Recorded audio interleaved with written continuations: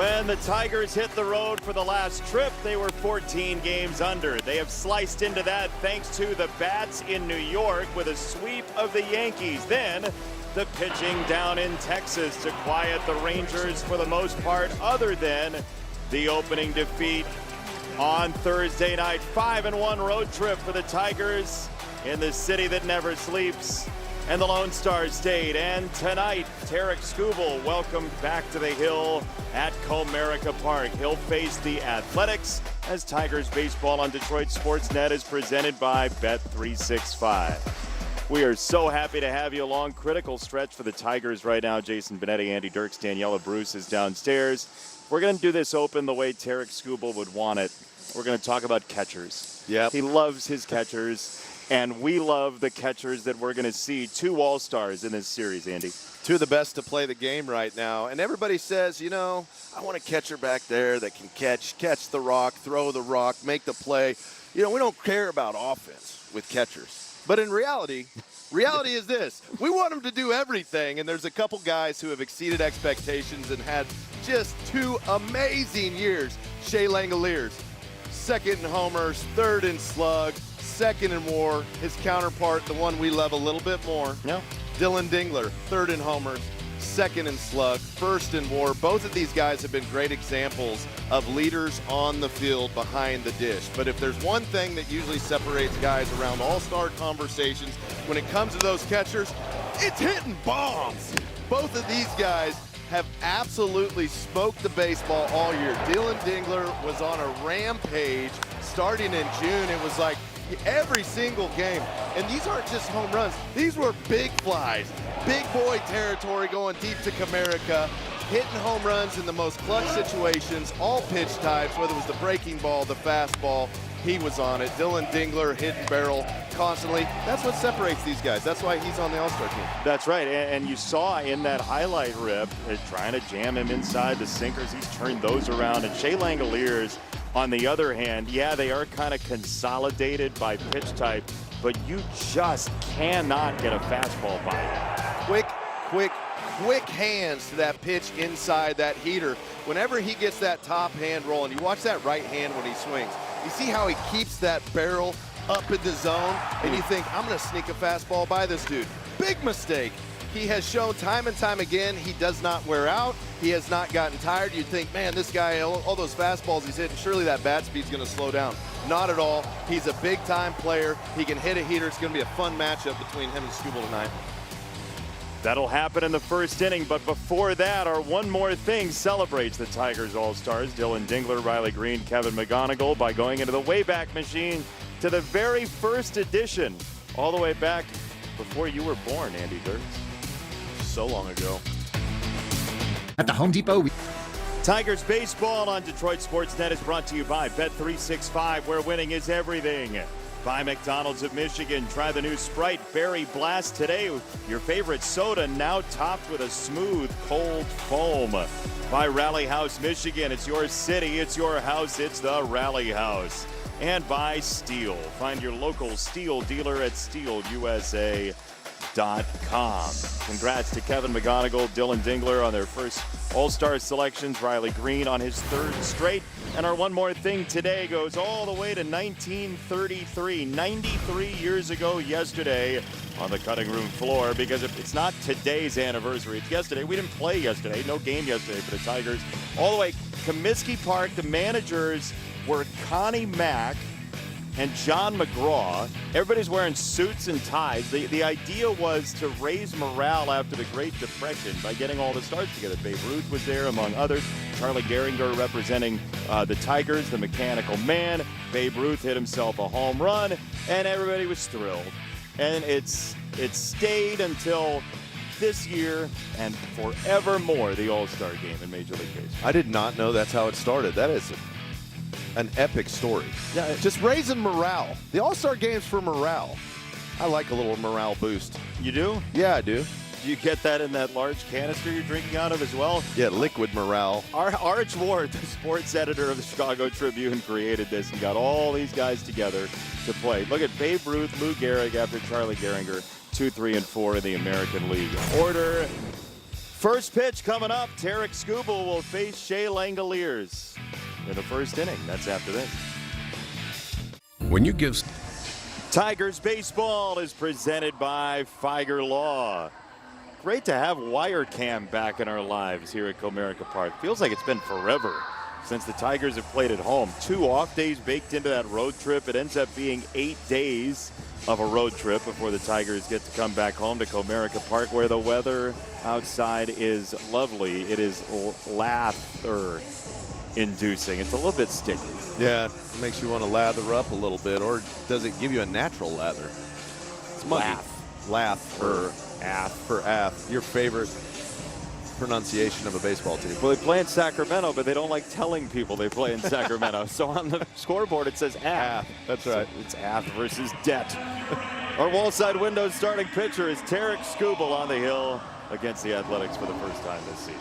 Always love seeing Skubal on the mound. I'm excited for this matchup. This is a team that hits the fastball pretty well. They love to hit the ball in the air. It'll be interesting to see how much Skubal goes to the changeup against some of these power bats that they have. Skubal off a gem in New York. 6 innings, 1 hit, 1 earned run, and he will face Zach Geloff first. First pitch of this big, crucial series for the Tigers is a swinging strike one. We are underway. Wheels up time is 6:41 on this Tuesday afternoon. And Zach Geloff, the 26-year-old, part of a 9th-rated home run hitting team for the Athletics. This team, when it is fully healthy, has gone bombs away at points this year. This very well could be a high-scoring series, even with the pitchers the Tigers are throwing against Mark Kotsay in his 5th year as the AF manager.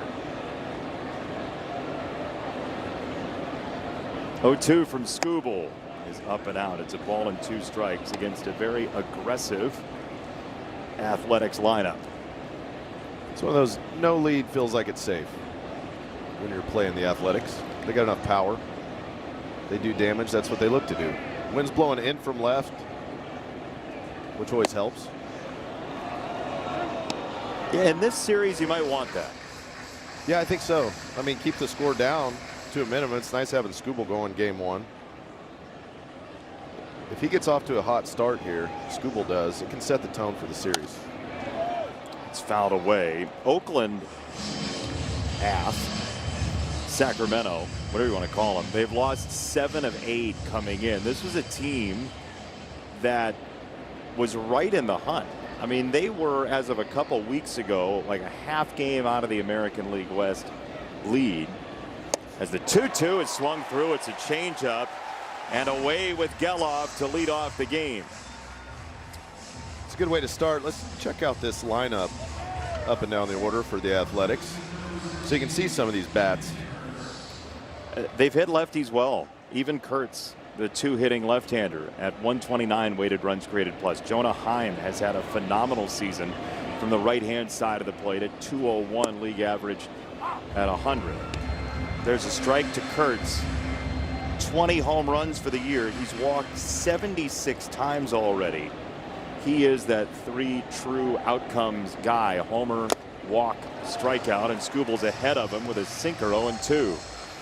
Yeah, I like how he started him out with a curveball. Get him thinking a little bit. He threw it for a strike. Kurtz hits the fastball very well against the lefties. Struggles a little more with the breaking ball. Doesn't see a ton of off speed from lefties. The way Skubal's changeup works, though, I wouldn't be shocked if he throws it. How about a curveball for you? 3 pitches to a punch out for Skubal. That's just smart pitching. Starts him off with the slider. Get ahead in the count. Back to the sinker. Gets a swing and miss. Back to the curveball. Slow him down to speed him up to slow him down. Oof. Now Langoliers with his 20 home runs, the matchup you identified off the top of the show, and a first pitch swing, which the Athletics love to do. Well, he's selling out fastball, and he can hit a fastball. Slugging .627 against the heater versus left-handed pitchers. For the year, he's slugging .450 or better on every pitch type.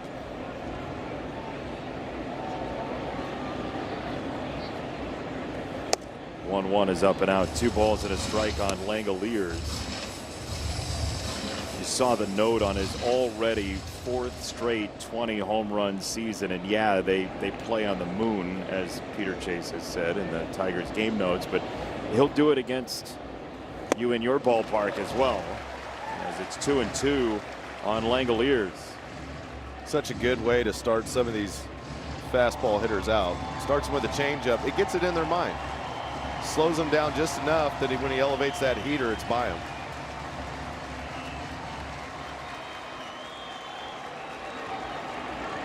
Two and two for Langoliers. He watches that changeup after he saw one on the first pitch. 3-2.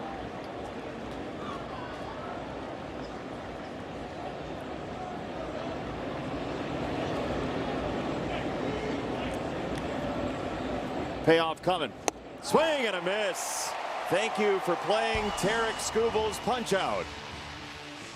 That's how you strike him out in order. Skubal getting it done right out the gate. Gets the leadoff batter, gets Kurtz. Langoliers thinking, I'm going to get a heater 3-2. Nah, nasty changeup.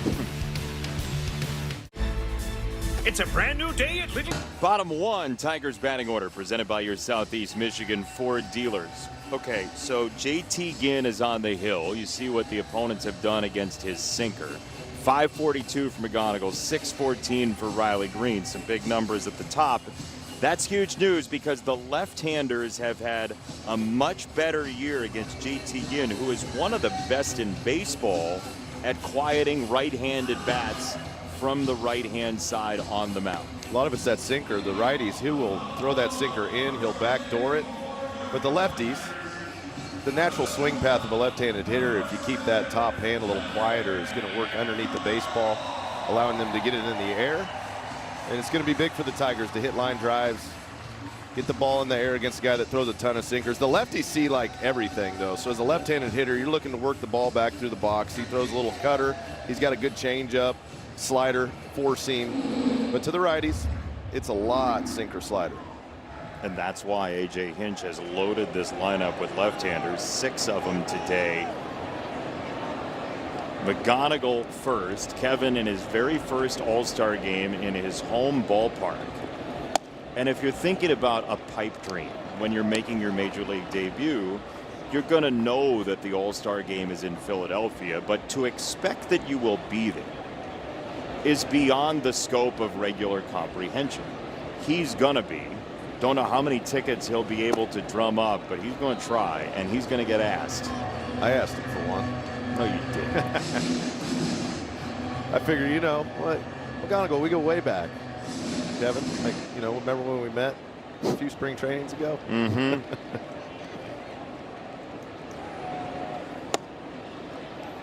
Two-0 is in there for a strike, 2-1. So the last All-Star game in Philadelphia was in 1996. It was at Veterans Stadium. It was 9 years before Kevin McGonigal was born. So I mean, he's not been alive for an All-Star game in Philadelphia. He has nothing to compare it to. He can think about the World Series that Matt Vierling was a part of a couple of years ago, but to be a character in it. Yeah, it's really cool. Stars align. 2-2, hit in the air down the left field line and foul. And we'll give you the defense for the Athletics. Geloff, Bolte, and Thomas in the outfield. Muncy, Wilson, Kuroda, Grauer, and Kurtz. And Langoliers is the catcher. It's not been a very good defense for the Athletics. Muncy is -11 defensive runs saved over at third. Wilson just back from the IL with a thumb issue. He's at shortstop, and he's playing as close to second as you can. But the Athletics and Tigers are both in the bottom 8 in defensive runs saved as a team in Major League Baseball. Tigers were not playing good defense early in the year, April and May. It was not looking pretty. They turned it on in June. Second half of June, they played really good defense. The last series, this road trip, some of the best defense we've seen them play. Really spectacular plays. Riley Green, Kevin McGonigal, Zach McKinstry, Kerry Carpenter. Everybody was contributing. Colt Keith. Not just routine plays, spectacular plays.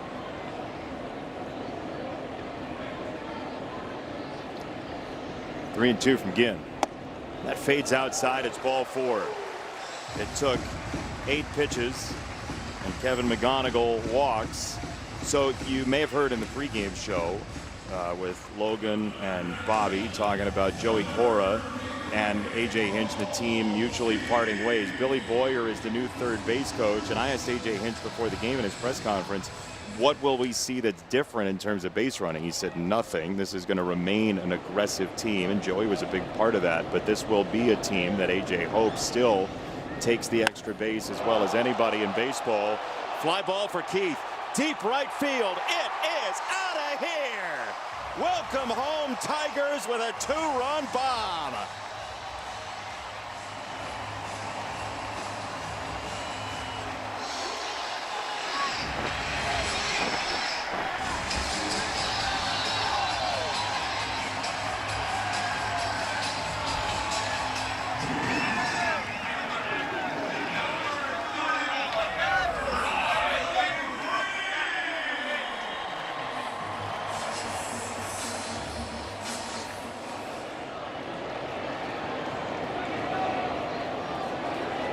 This is a very tough lineup if you're not good at getting left-handed bats out.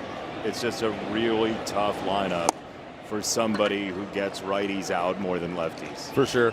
And he's not overpowering. And the Tigers, there's one thing they've done very well. Extended bats, and they're starting to hit mistakes regularly. The ground ball first base is Nick Kurtz. So Colt Keith against Texas hit a cutter up against Nate Eovaldi into their bullpen. It's pretty much the same pitch.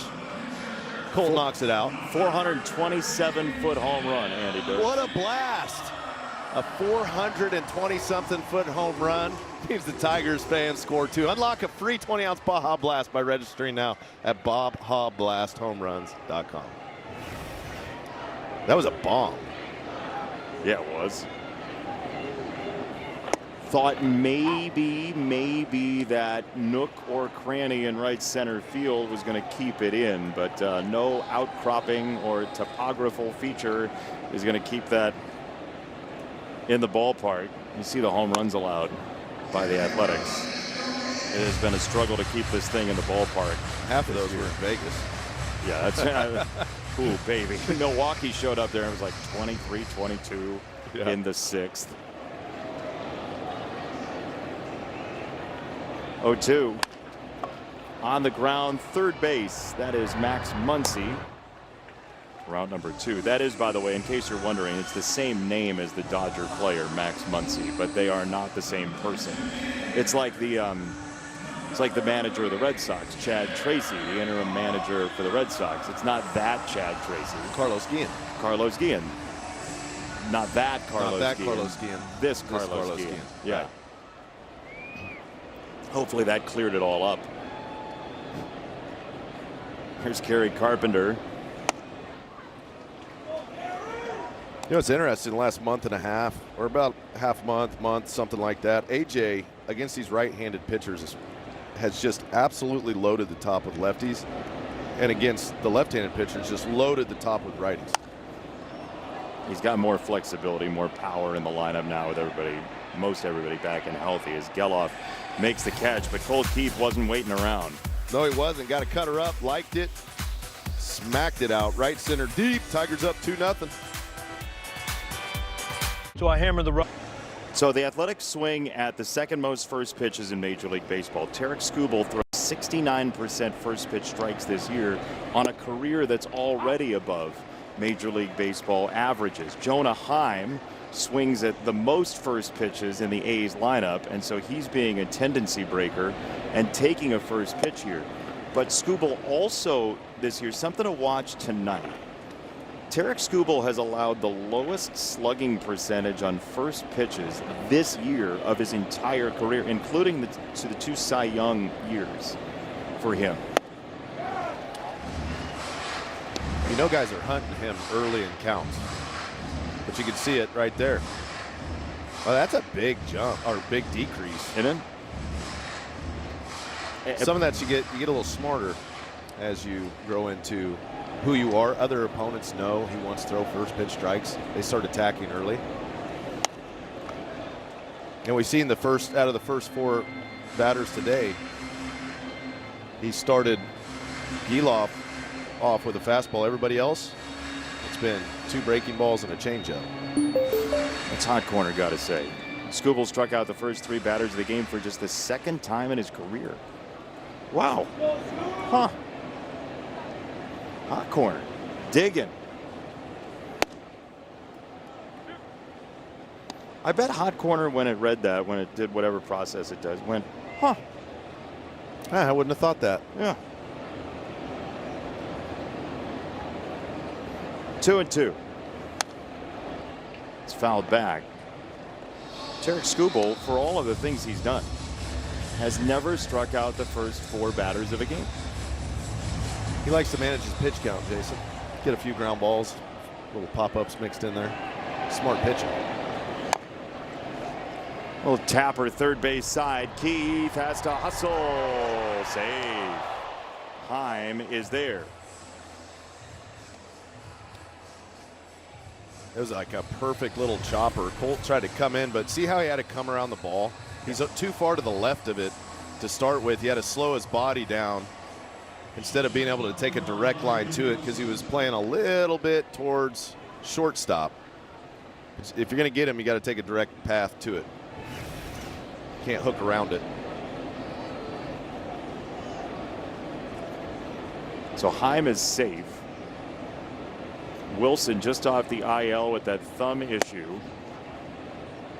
Takes a first pitch there on a slider. That's ball 1. I think Dingler thought that was going to be a strike. And he's going to go ahead and challenge. It's an ABS challenge powered by T-Mobile. And this looks like it's going to be a full strike. Dingler was like, well, really? Yeah. Detroit has 2 challenges. Yeah, full strike. The whole ball's in the zone. Is that what you mean by full? That's what I mean, yeah. Half strike would be half the baseball. A quarter strike would be quarter of the baseball. And no strike. Not any of the baseball. Got it. Yeah. I'm getting used to this ABS terminology. Okay. One pitch is fouled away by Wilson, 0-2. One more note on the first pitches. For as this inning goes along and the game goes along, Tarik Skubal is throwing a lot more fastballs on first pitches this year to right-handers. To your point, though, he's not done that so far tonight compared to his season numbers. So he's being a tendency breaker as well. As we'll give you the defense for the Tigers, brought to you by Marygrove Awnings, Andy Dirk. Green and left, Outman in center, Veerling in right. You got Keith, McGonigal, McKinstry, Torkelson, and Dingler has the dish. You start seeing a little more regularity with the defensive positioning for guys. That's courtesy of James Outman. Explain that. As soon as the center of that defense starts getting solidified, he can put Outman in center. Now he can play Veerling in right. He can play Carpenter in right. He being AJ. And Zach McKinstry gets to play a lot more infield.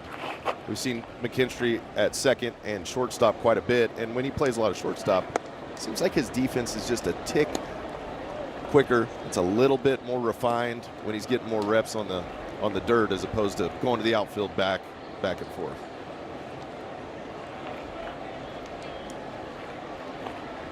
1-2 on the A's shortstop Wilson here.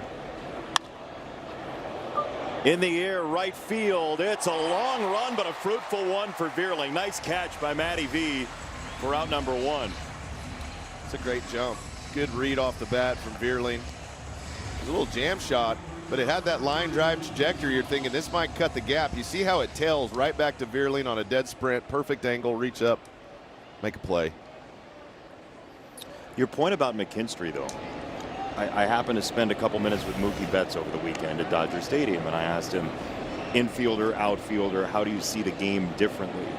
And he was like, hey, you know, I loved playing the outfield, but I felt like I had to be, and I remembered games better because I was more locked in on the infield. You just seemed for sure on the infield. Well, it's coming in hot. And you got it like where the base runners are. Do I have to cover a base? You got relay throws. You got to be a cutoff guy. there's a lot more to remember playing, especially middle infield positions, as opposed to playing the outfield. The outfield's fairly simple. Go catch it. Throw it in. You know it's more than that, though. 1-1 to Thomas, and that's a fastball by him, 1-2. I just thought it was interesting that he said he remembered more from the game. Yeah. Every play, there's just more things for an infielder to do. Like McGonigal at shortstop right now is like, hey, if the ball's hit to me, I might have to turn two. If it's hit to McKinstry, I'm covering second. There's just a million things that could happen. You talk about your old position, outfield, like you were stocking shelves in a warehouse. Like it's just... It was easier for some of us than others. You know when you find something that's just easy for you? Yeah. That's what I found in the outfield. Like working with you. Like right now, Riley Green knows if the ball goes to the wall, I'm going to throw 2 bases ahead. If it goes to the gap, I'm throwing home. It's pretty simple. If it goes in the air, I'm going to catch it.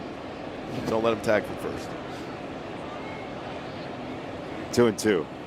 Swing and a miss late on a slider that was going to wrap around and slither into the zone anyway. He's racking those punch outs up quickly. See how he starts off with a fastball changeup combo. Little sinker, breaking ball. How about a 4-seam up for you and then a changeup away. Another 4-seam up. He's mixing his pitches well, Jay. The point being there, and it's a fascinating one, right? He's not going to generally start you and end you with the same thing. He uses the whole zone so well, but is building. He's building a trap. Constantly. He gets you thinking one way enough that his other one works better. Kuroda Grauer, that is a fair baseball, tumbling down the left field line and off the sidewall. Heim is around third to a stop sign. Boy, Jonah Heim is not the fastest runner on this roster, and it looked like Bobby Crosby was going to chance it in the third base coaching box, but decided better of it because Riley Green got to it quickly enough. Yeah, it's interesting here. It's a broken bat off the end, but the ball hits the carom out in left field. So Riley's got to start running to the corner to make sure that the ball doesn't get by the carom, and then he's got to run back in. Right here, he's running back in. He's got to still bend down, pick up the ball. Man, that's a break for the Tigers to not have a play at home that they would have had to make a really good relay throw on to get Heim. With 2 outs, Skubal on the bump. Hindsight's always 20/20. That's a tough no-send. Well, you know, part of the reason is who the base runner is. Jonah Heim is like 490th in Major League Baseball in sprint speed. Yep, that is. Riley, usually if the outfielder does not have the ball in hand by the time the guy's at third or beyond, though, it's a sin. Because Riley's flat-footed to make a throw, then he throws it into McGonigal, and McGonigal's got to turn and fire. There's a lot that has to go right. So a little context, Jonah Heim's sprint speed is 25.2. There are 7 players in Major League Baseball who have sprint speeds under 24. Yeah, no, he's not fast. Yeah, that's Not at all.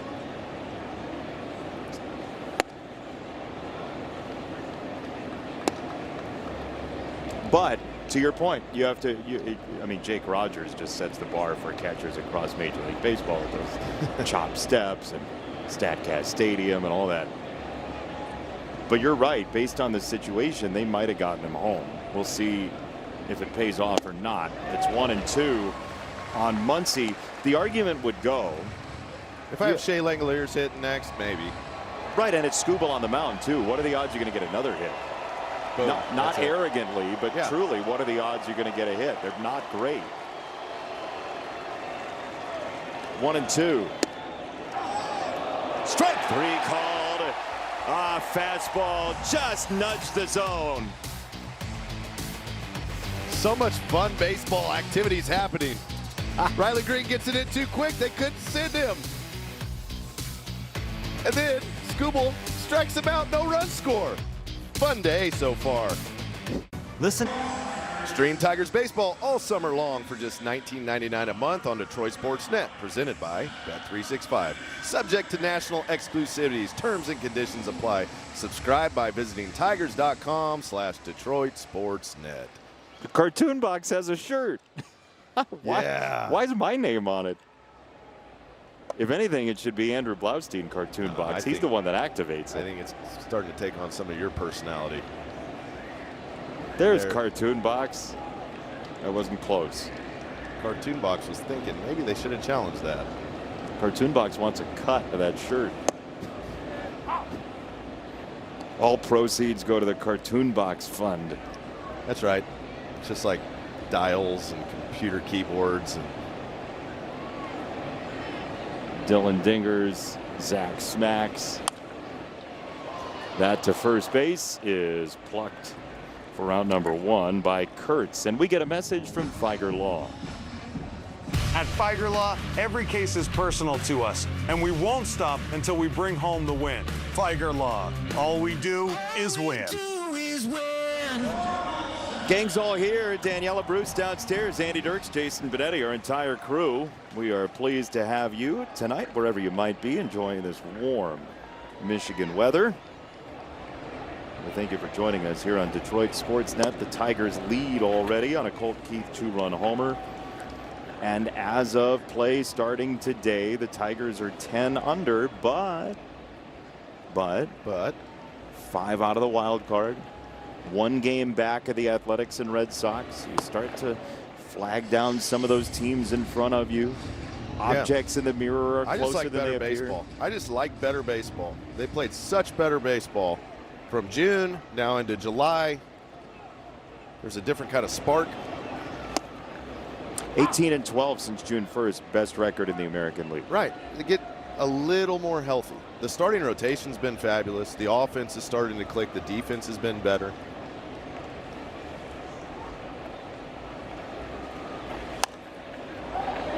Torque's not going to be happy with himself on that ball. He's going to get another chance here, but that, Clippable. yeah, right? Yeah. That's one, you know, you start writing their name down in your book. Every hitter's got a book of every guy you've hit a home run off of. And he started to write down J-R-J-T.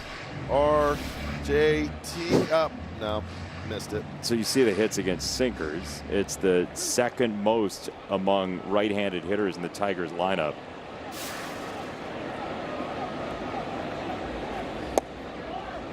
You say JR? Well, he was writing it. It was adrenaline going. Right. Yeah.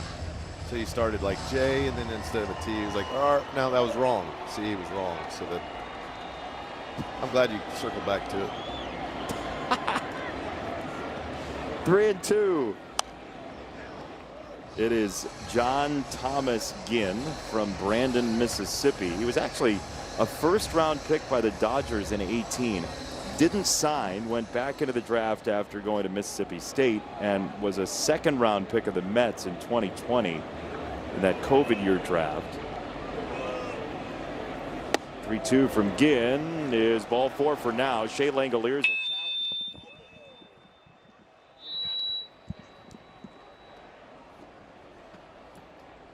It's a Figer Law ABS challenge, and it is strike 3. Does Figer Law do anything with hearing damage? Excuse me, what? What did you say? I think I lost half of mine. Do you have a metallic taste in one of your bicuspids? I feel like my left eyeball is bleeding right now. We apologize to everybody in TV land. It was a strike. Jim Wolf. Jim Wolf's like, I didn't mean to. I don't know what happened. You know, this is right around the time of year, you know, midway through a baseball season. If you're an assistant coach or you're a member of the broadcast team or an umpire, you get a lot of feedback.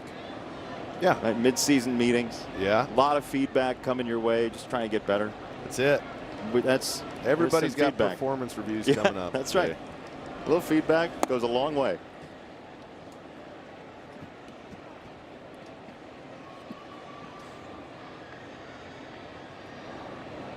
That was the first strikeout for Ginn. It happens on an ABS challenge.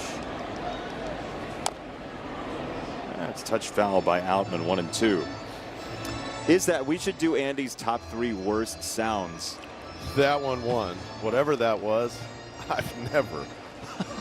I don't even know. I was seeing stars for a half second. Jim Wolf's still working on his microphone there. Got the old lav mic, the lavalier. Throw that thing in the trash. Just yell it out. I'm not going to mention who in the truck just said Shea Lavalier. 1-2.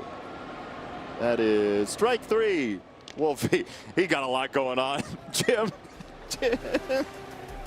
Inning over.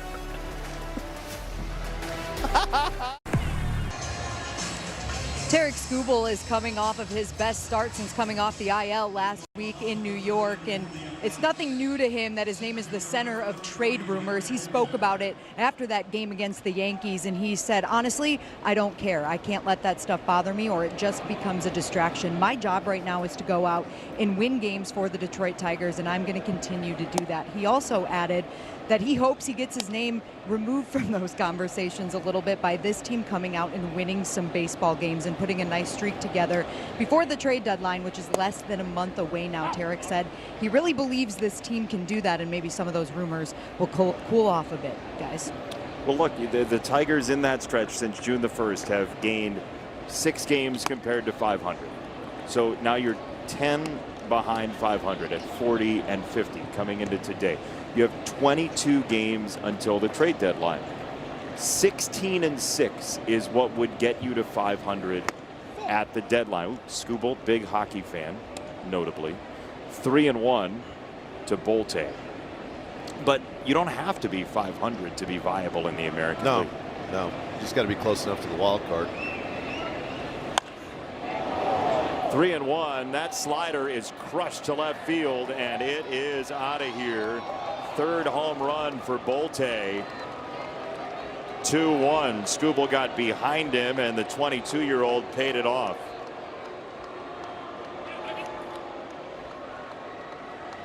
This is why pitchers always want to get ahead in counts. You get forced into throwing strikes. Bolte found the slider right over the middle of the plate. Does a nice job getting extended on it.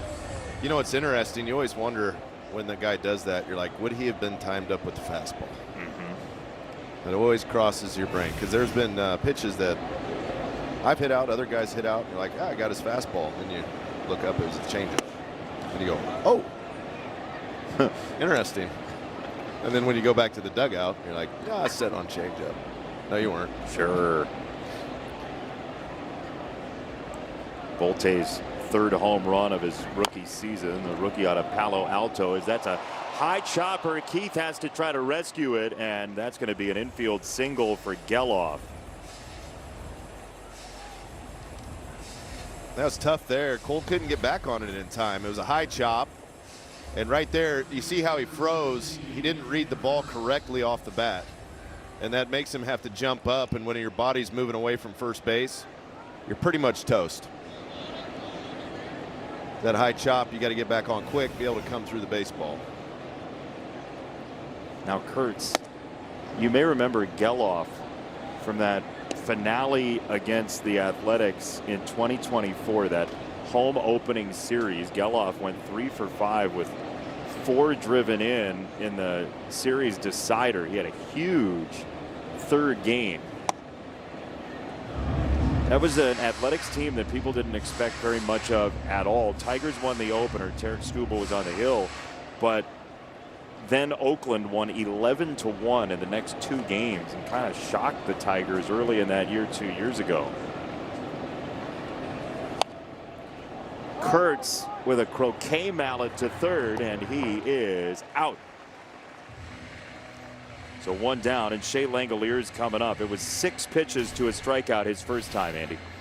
Yeah, he started him off with the changeup. That's always smart. Get him thinking about it. Goes to a couple heaters out of the zone, but then busts a 4-seam up. But then he gets to that 3-2 count. Langoliers is thinking heater. He throws the changeup. That's the story of these at-bats. What is he thinking versus what are you throwing?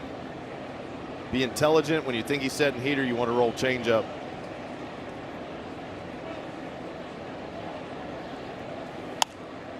First pitch fastball fouled away, a strike. Tarek Skubal, one of the notes when we asked StatCast about his first pitch profile this year, he's thrown even better quality fastballs for strikes on first pitches. More fastballs on first pitches, better quality to the edges of the strike zone first pitches as well. That's that concerted effort that even if a guy's setting heater, Skubal's got good enough stuff. He gets swing and miss in the zone, but you throw enough fastballs over the middle of that plate, big league hitters will hit it. If they're setting dead red heater and you throw it middle, doesn't matter how good it is, it'll get hit. So this is the edge rate on four-seam fastballs for this year. He's up 6%. That means the fringes of the strike zone. Better advantageous pitches for pitchers in that area as Langoliers grounds it foul for Bobby Crosby, former Athletic as he is.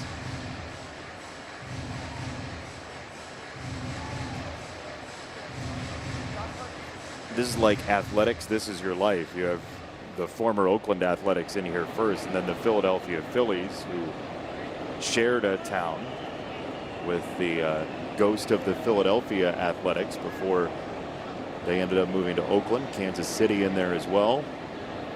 1-2. Swing and a miss. Goodbye, Langoliers. A fastball from Skubal. Tommy knocking on his door. So far, in the battle of the power, Skubal is winning. Another good job by Skubal. This time, instead of starting him out with a changeup, he went heater in. So now Langoliers is thinking a little more that way. Then he goes changeup down, almost broke his bat. Back to the heater up. That's just paint. Now Jonah Heim, whose infield single led to him being left at third in the second inning. But you see, we told you in his first at bat, he's nearly half the time first pitch swinging this year. He's ready to get after it.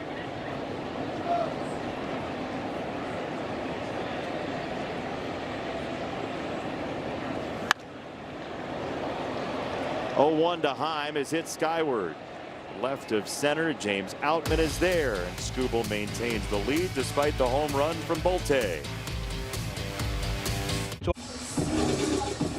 Celebrate 125 years of Detroit Tigers baseball, July 23rd through the 26th at Comerica Park. Join us as we honor World Series champions, legendary players, and the unforgettable moments that have defined Tigers history. Visit tigers.com/125 to learn more. That was one of your best. Thanks. Well, for 125 years of Tigers baseball, I really had to bring it. I'm talking legendary players, legendary moments, some of the best memories of people from and around Michigan, Tigers fans.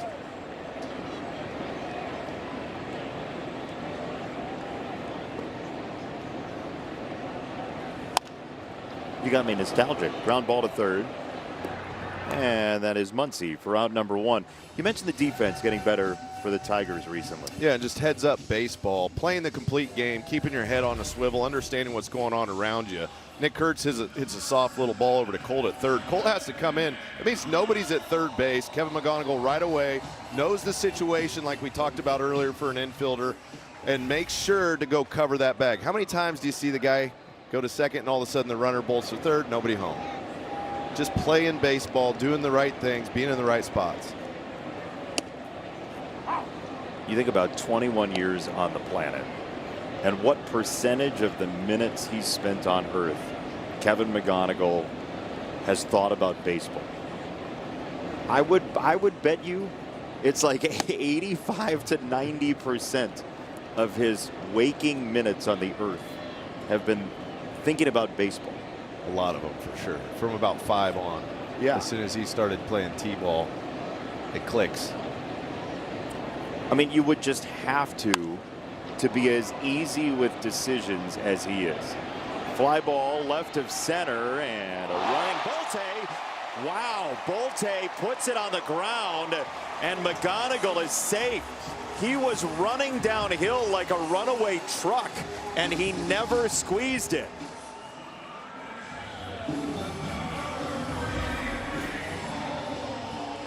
Looks like he tried to catch it too low to me. See how he comes down and he reaches the hand out and the ball just hits off the thumb. You never want to catch the ball directly in your sight line. See how it's right in front of his face? You lose it at the last second. You want it off to the side. Either it's a little bit to the left, more of a forehand catch. Now you got to barge through the door if you're the Tigers here. You got to pay that off with these lefties against Ginn. Bolte giveth and taketh a home run for him to make it 2-1, and now the door swings open for Keith and McGonigal as a pair. It's 1-1.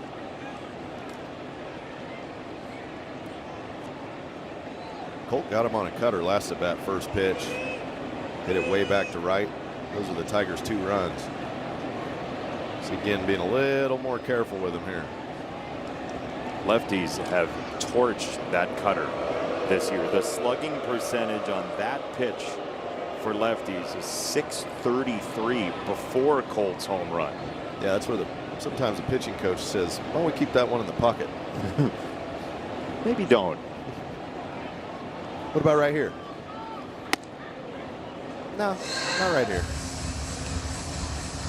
But later, though? Yeah, let's not try it then either. Okay.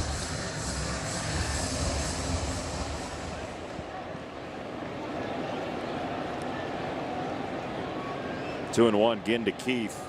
McGonigal at first. It's inside, 3 balls and a strike, and this is not where Ginn wanted to be.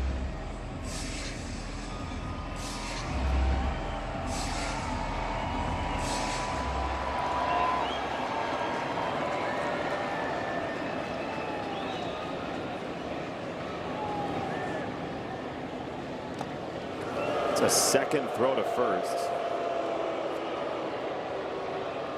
You may remember Ginn was the guy who had the no-hitter going into the 9th inning in Anaheim on May the 18th. Gave up a base hit and a home run, and the game was lost. The no-hitter was lost, all within moments, as that's ball 4 and no challenge. So 2 on for the Tigers out of whole cloth. That's a good at bat by Colt. Be patient after you hit the home run. Pass the baton to one of your best hitters, Riley. And Riley's power surge has been real here in the last week and a half. Hit a couple homers over there in New York, couple homers in Texas. He's done a better job of neutralizing right-handed changeups. For sure.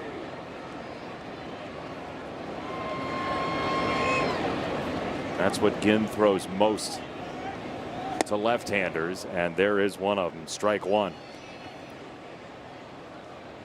So for Riley Green this year, this season against changeups, that whiff rate in June was down to 27%, which is a substantial decrease. Now July, it's ticked up again in very short moments, as there's a second one. Ginn feels good about the changeup here, and it's 0-2. This is where that refined approach, once you start hitting more homers, guess what? You want even more. Riley's got to get back to looking to hit the ball the other way, let it travel a little bit. If they go up with the heater, you got to fight it. Try to lay off the one that's out of the zone, because that's what, if you're waiting on changeup, makes you susceptible to. And he slung him a fastball, that running 2-seamer. Nifty job by Ginn there. Yeah, it's just pitching. That little swing back sinker starts at the front hip, freezes you. You think there's no way that's going to be a strike, just catches the zone. But that's a product of the changeups, Jay. If you don't lay off that second changeup, you set yourself up for him to make a pitch. And he did. 2 out, 2 on, and Dingler tried to get inside on him, and Dingler fires it foul left side. There's that right-on-right changeup that he's very willing to throw. You have Dingler and Langoliers standing there together. You see Langoliers' helmet underneath the graphic. WAR leaders among catchers. Hunter Goodman's had a very nice year in Colorado, but these are the 2 best in Major League Baseball. Dingler, far and away, total production, the best catcher in Major League Baseball to this point by that standard. That standard, he's double. He's like 2 of everybody else. Double ding.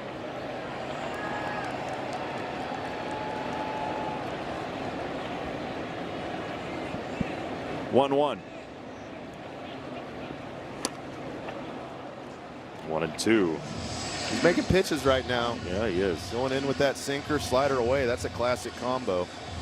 You see Ding just kind of shake his head like, that's a good one. So now you don't know if you have to get sped up and try to catch that sinker out in front or wait on the slow breaker. He hasn't seen a fastball yet in the sequence. Until there, strike three, another dazzling sinker by Ginn. What an effort, those last two hitters. Yeah, that's just doing it when he needed to. Couple runners on, but Skubal's about to come back out and take that bump.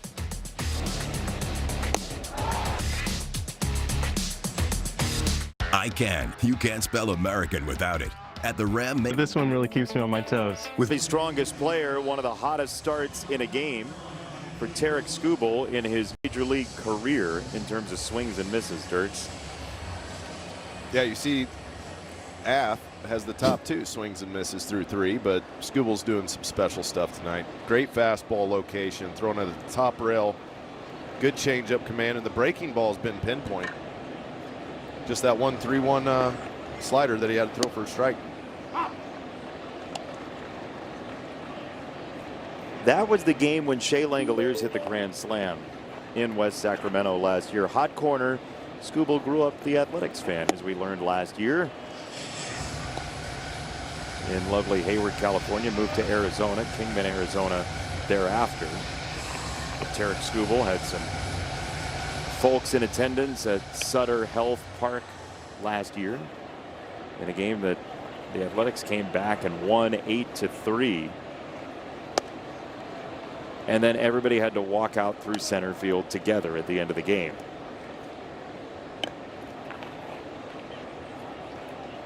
Makes you feel very big league. Here are your orange slices. 1-2 on the ground to second base. Zach McKinstry for out number one, and we get a message from the Southeast Michigan Ford dealers. Lease a Ford F-150 XLT Super Crew for $399 a month for 24 months. Or returning AZ Plan lessees can lease a Ford F-150 XLT Super Crew for $299 a month for 24 months. Daniela Bruce is downstairs. Andy Dirks, Jason Benetti, our entire marvelous crew for this Tuesday evening soiree at Comerica Park. Tigers take on the Athletics and Phillies for 6 total before the All-Star break. Forever Oakland. I agree. The Coliseum, when it was lively, was a great place to watch a baseball game. You want a truth bomb? Oh boy. It's the loudest place I've ever played in my life. Really? In those playoff series against Oakland, it was so loud the building was shaking, and they screamed the entire game. It was like, you know, football fans, passionate baseball fans, and they had the football speakers, so boom, boom. But it was, when we got done with those games, your nervous system needed a break. It was so loud. Really? And we had a guy named Verlander who continually shut them down. Tarek Skubal owns his 7th strikeout tonight, 2 gone in the 4th. He's done it with all the pitches. This time it's a changeup.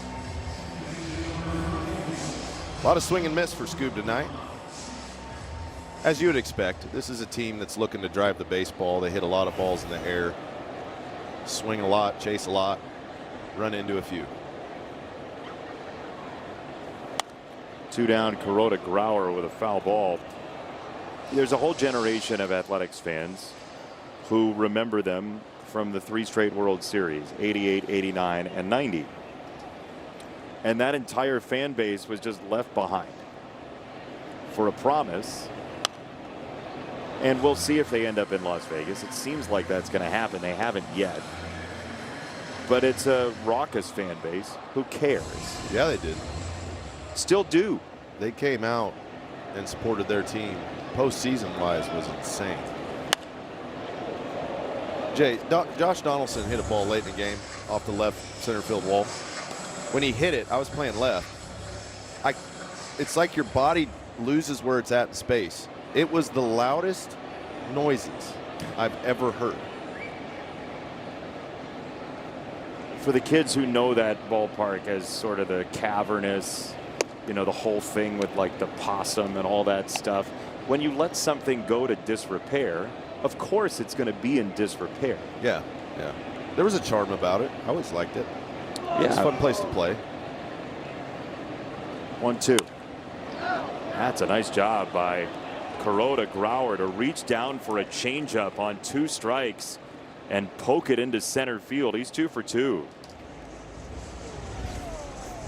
Yeah, after a guy throws you a good fastball, it's tough to stay on a changeup. But you see, he just uses pure athleticism, goes down, good adjustability in the box, uses his hands and just serves a little soft liner out. But those line drives, whether you call them blinders, soft line drives, whatever you like to call them, they have a way of finding hits, finding grass.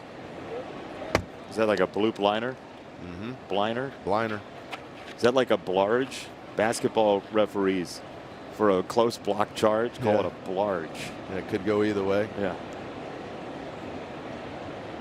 Kuroda Grauer, by the way, has 11 hits in 7 major league games. Good start. If Todd Frazier's watching, that Rutgers alum over at first base coming for you, Frage. That was a Todd Frazier hit if I've ever seen one. Yeah, it was. They teach it at Rutgers at the State School of New Jersey. Yeah, they do. Hey guys, this is the play. If it's out of the zone, we're swinging. It's a ball high, 1-2. Todd hit a home run one-handed. I got a ball down one time. He was insane. That home run derby he won in Cincinnati in 2015, it was all like one knee, left field, foul pole Johnnies. 1-2. Close. His brother Jeff was in the Tigers organization. I played with Jeff, his brother. I knew him when he was gone from the Tigers to AAA with the Nationals. Jeff was a trip too, man. Jeff was great. One of these days I'll tell you about the first time I met Jeff. 2-2 on Muncy. Fouled away. Do you do a Frazier impression? Frazier boy. It's the best I got. You know. Yo, big dog. Yeah. Jersey boy. Yeah. 100%.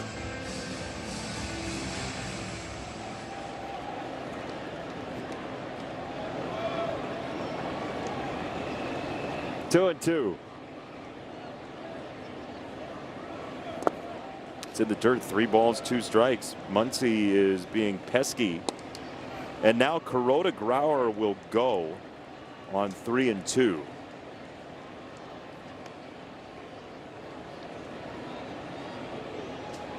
With the right-handed batter up, Torque's not going to get him up the base. Keep him close. 3-2 is outside, ball 4. He lost him. So 2 on for the guy who put up the only run for the Athletics tonight, Henry Bolte. It was on a 3-1 slider. Skubal fell behind in the count. Threw that slider down the middle. Bolte went way back. So step 1 for Skubal. Get ahead. See how aggressive Bolte is. I would imagine he'll be fairly aggressive, knowing that Skubal's going to try to throw a strike first pitch. First one. Bolte takes a fading sinker, 1-0. That's a really good take. On a pitch right there, that's one, you know, your eyes want to light up. You want to go after. Does that mean he's looking down here? I would imagine. Yeah. Probably thinking changeup. Probably thinking wants that fastball away. So they go back up and miss again. It's 2-0. But he's basically declared where his eyes are. Yeah, he is not swinging at the ball in and up. He wants that thing down. He knows a good fastball is tough to get to if it's above the top rail or at the top rail. 2-0. Broken bat, second base, inning over. Buzzsaw City, population 1. Tiger of the day, spin the wheel. We'll find out who is the Carhartt Tiger of the day. Could be anybody if you played 1 game for the Tigers.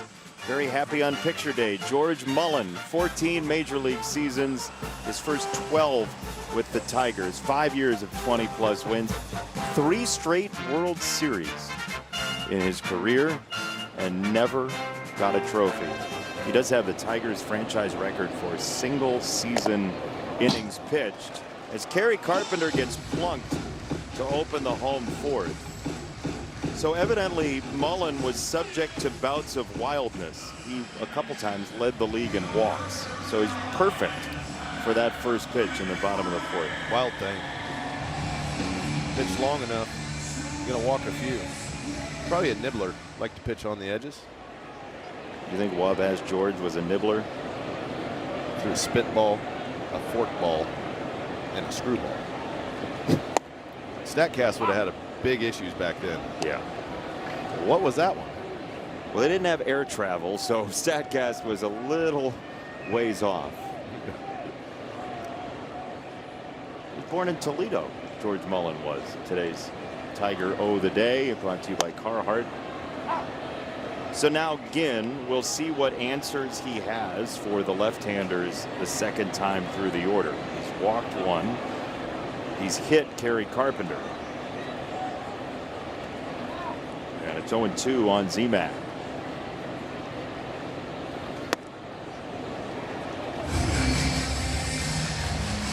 Just be ready, though, for, Act 1 to be interesting in this series. But Act 2 is where all the madness happens. Late in games. Their bullpen has been somewhat flammable for Mark Kotsay this year. And the Tigers as well have had some trouble protecting leads. 1-2, ground ball, right side. That's a knock. Kerry Carpenter jamming it for third, and he is there. First and third for the Tigers. Two lefties are on with nobody out. That's good hitting right there. Use that hole. Nick Kurtz covering first base. The second baseman's playing pretty much straight up. Gets that change up, hits it on the end. Gets through the hole. Kerry Carpenter's running as good as I've seen Kerry Carpenter run in a Detroit Tigers uniform. His play in right field in Texas, it's like he's got another gear that he hasn't had before. The one in the alley in right center. Yeah. Yeah. A couple really nice plays in the outfield. Looks loose and relaxed on the bases. It's good to see. There was no question he was getting to third on that ball. Yeah, right out the chute. Good strides, good foot speed.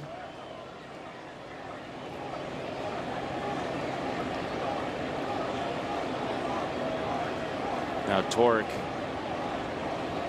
trying to ruin Ginn's day. That cutter to Torque is strike one.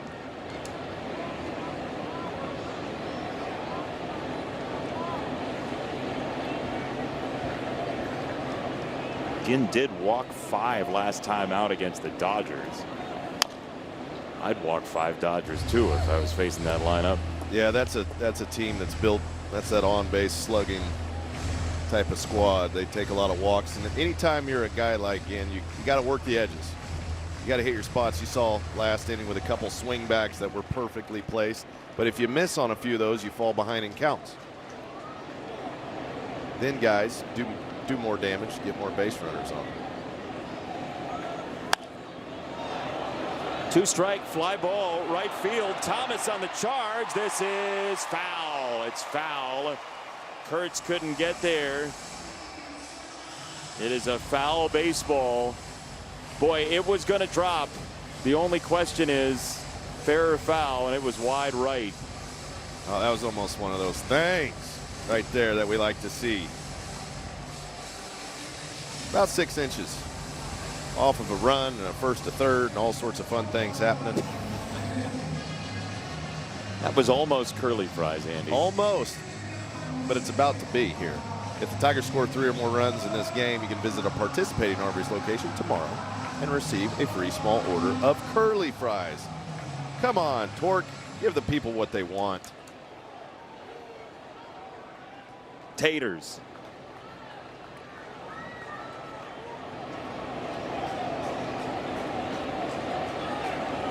One and two. On the ground to third. The throw's coming home, and it is right there waiting for Carpenter. This is a contact play from the Tigers. Kerry Carpenter's going on the ground no matter what. You see right out the gate. Here he goes. And you see him try to get to the inside part of the line. Muncy wisely gives himself a little space. A couple steps to the left before he throws it home. But that's to avoid the double play. And you know you got to hit it right at a guy for him to score. Or to not score. Looked like his first step was back toward the bag. Or maybe to the side, just based on that angle. I mean, if it's right at third and it wasn't contact, that's terrible base running. I'm not saying you're wrong. Yeah. It might have been the contact play, but he got caught up as the ball got hit. Let's Right. see here. You see off the bat, he sees it down, then a little hezzy step. But he is definitely going on contact because a ground ball to third base, unless he thought Muncy was going to get back to the bag before he did. But you're either contact or you're not. You're either seeing it through the infield or you're going on contact. There's not a lot of reading there in that situation. No, and I wouldn't say that has anything to do with the new third base coach. Yeah, no. Would you? No, that call comes from the dugout, and they give it to you. Hey, you're going on contact or see it through. There's two options. 2-0 on Outman. He'll wand it to left field on a line and caught by Geloff for out number 2. This would be a tough one to swallow if you couldn't pay off 2 on with nobody out. The A's bullpen is already up and loosening. It's the new guy, Jacob Lopez, who is their best left-on-left guy in that bullpen. So he could be for McGonigal already at the top of the card. Lopez just came up today, active today, to add a left-hander who gets lefties out better than righties.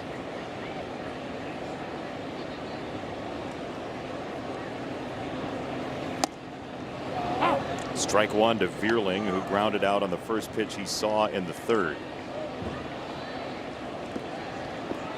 That was challengeable, certainly challenge-worthy.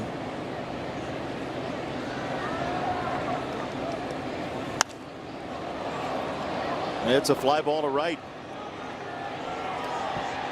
Tigers cannot score with 2 on, nobody out. It's still a Tigers lead, 2-1 on the Bet365 scoreboard. Listen. Tonight is night 1 of the back-to-back Tarek Skubal bobblehead giveaway nights. They actually connect, and they're really cool when you have them both together. They're part of his back-to-back Cy Young celebration. I talked to Tarek about the bobbleheads, and he said that he loves that they got the orange cleats right and that he's actually gripping the ball like he's throwing a changeup. So the bobblehead, he's actually in his windup, and he's got his hand on it like a changeup grip. So he loves it. Thought it was really cool to go back-to-back with it. And I believe that you guys up in the booth were given a couple, weren't you? Yeah, we're given, took from the storeroom. Stole, given. Who's here? Who's looking? Yeah, they do. They're fine separate, but when you put them together, like Andy's going to right here, it's a special. Yeah. Magical, Engaged. Andy. That's Engaged. magical. And then, so which one was the one tonight? Was the? All right, take them away from him, Jason. Please take those. Please don't confuse the two of us. Swing and a miss, strike 3, and 1 away in this 5th inning. Yeah, I got to get these home without them being broke for the Deacon. What happened to your bobblehead? Dad broke them. Those are great. That's a great bobblehead, That's a by the great way. The giveaway. idea Are to you do kidding me? back-to-back. And look, back to back. One's a changeup, and then one's his fastball. How fitting. His two best pitches.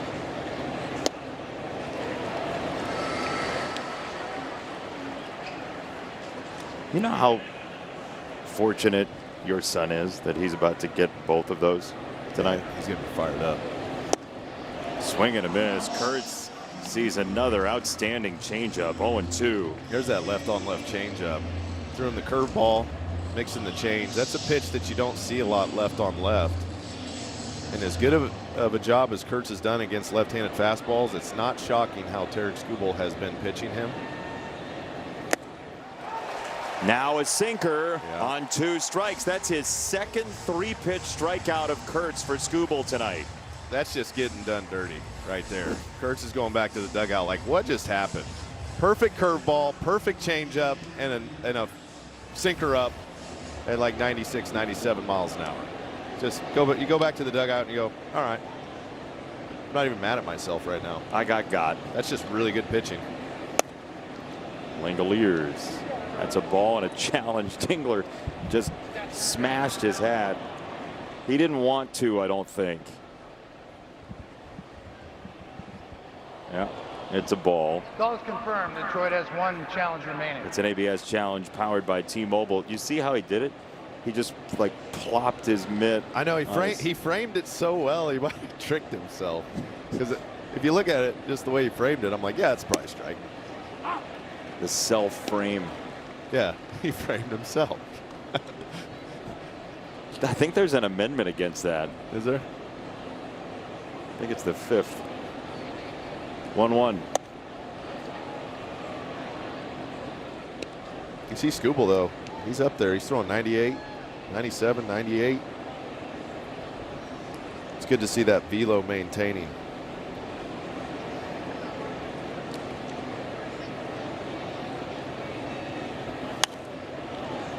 You don't want to get into a late putting contest against the Athletics, though. You don't want to be in a one-run game against them. Look, they were up 9-0 the other day.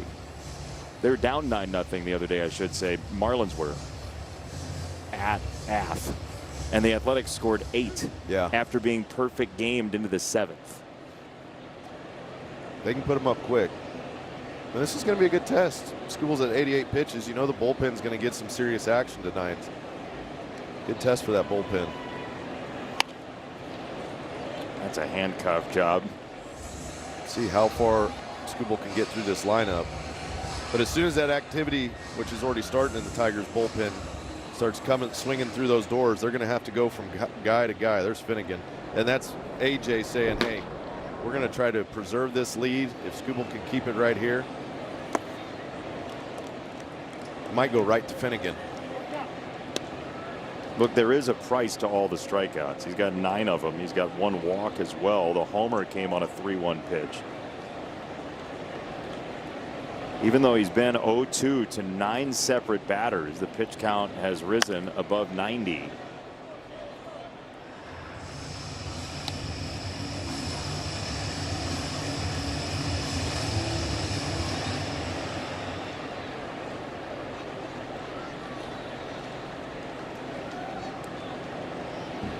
Three and 2 to Langoliers.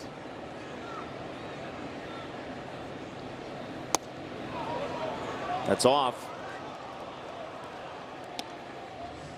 2-out walk, and Jonah Heim's going to bat.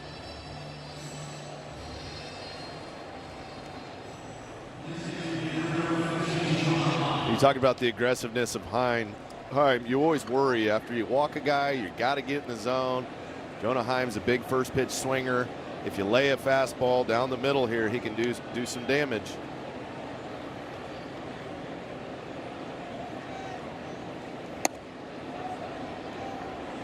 First pitch, ball 1 to Jonah Heim, who this year against the fastball has been on something of a rampage versus left-handers. A .706 slugging percentage against lefty fastballs specifically this year.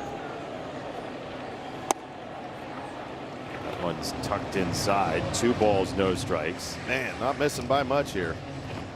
That slider was just off the edge away.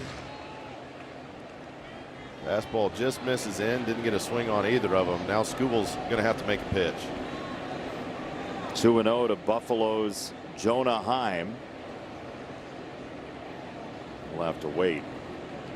He knows the intensity of this moment right here. In a 1-run ball game, you got the leverage count against the lefty that can really smoke left-handed fastballs.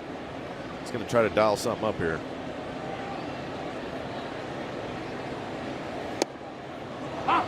Well placed, 2-1. He knew he had to be precise with it. He painted it on the outside edge. It's a big-time pitch. He couldn't walk up there and put it any better than that.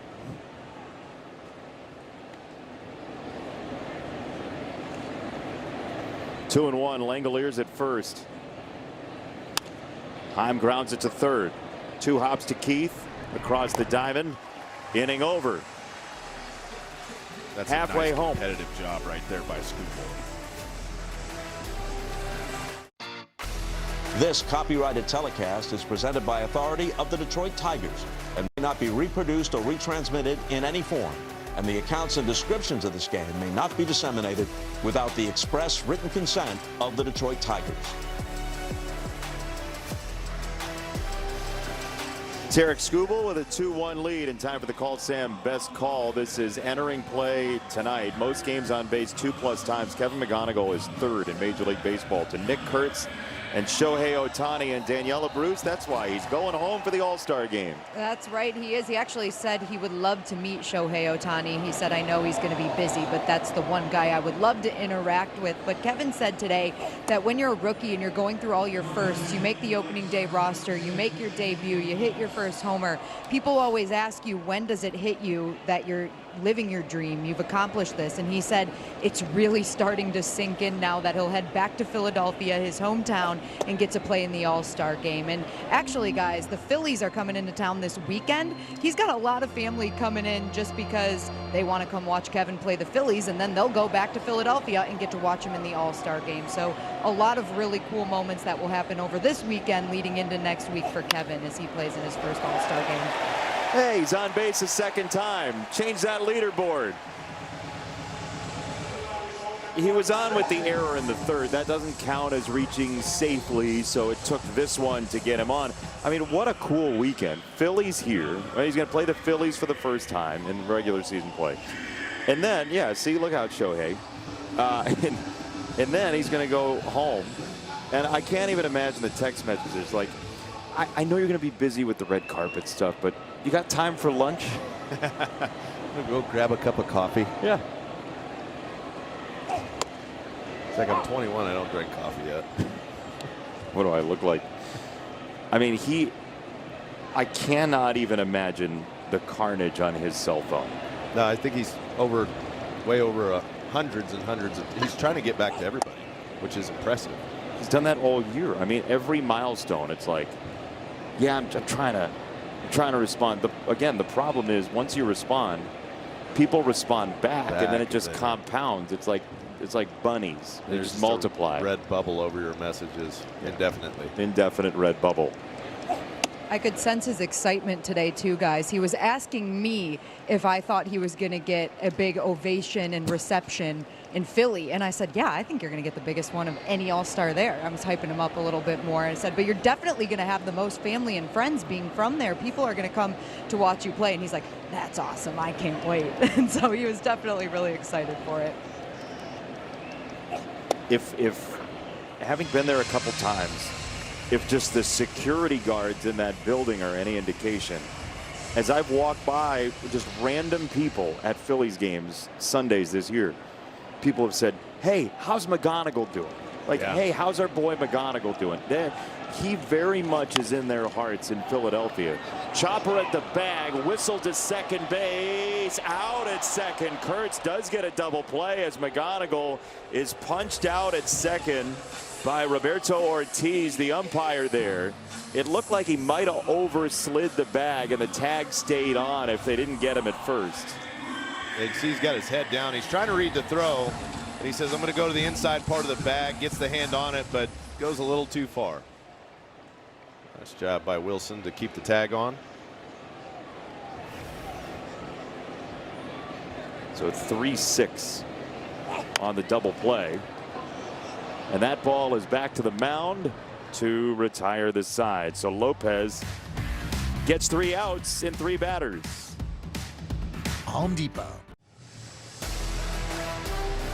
Tigers baseball on Detroit Sportsnet is brought to you by Wallside Windows. Local and family owned, celebrating 82 years as Michigan's leader in replacement windows. And by your Metro Detroit Buick GMC dealers. Scoop Stacks out in full force tonight. Our Comerica Bank game summary. The story so far, Tarek Skubal through 5 innings, and he is done for the night, Andy. A lot of swing and miss for Skubal tonight. See the fastball up, the changeup down combo was really good for him. That's his bread and butter. When that's working, it's really tough on hitters to stay in time with either of those pitches. And you get it caught in between. And for Skubal, so much swing and miss. Got through 5 innings, only gave up the 1 run. But now we're going to see a new pitcher come into this ball game. It is our Woolside Windows pitching change. It's Kyle Finnegan, and now Mark Kotsay will unload the left-handers on his bench, knowing the Tigers have Holton and Summers, but quite a bit of the high leverage moments are taken up by right-handed pitchers like Finnegan, Drew Anderson, Kenley Jansen. Jacob Wilson will bat for himself, but Lawrence Butler has a bat. He is on deck for Thomas. And that is our CNL Ward on deck hitter. Butler looks like he'll bat next with his 8 doubles and 5 home runs this year after a big year last year.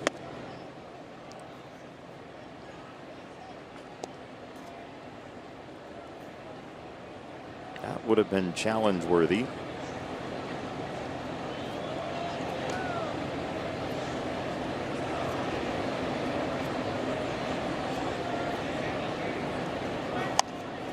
Ground ball back to Finnegan, and he throws on to first.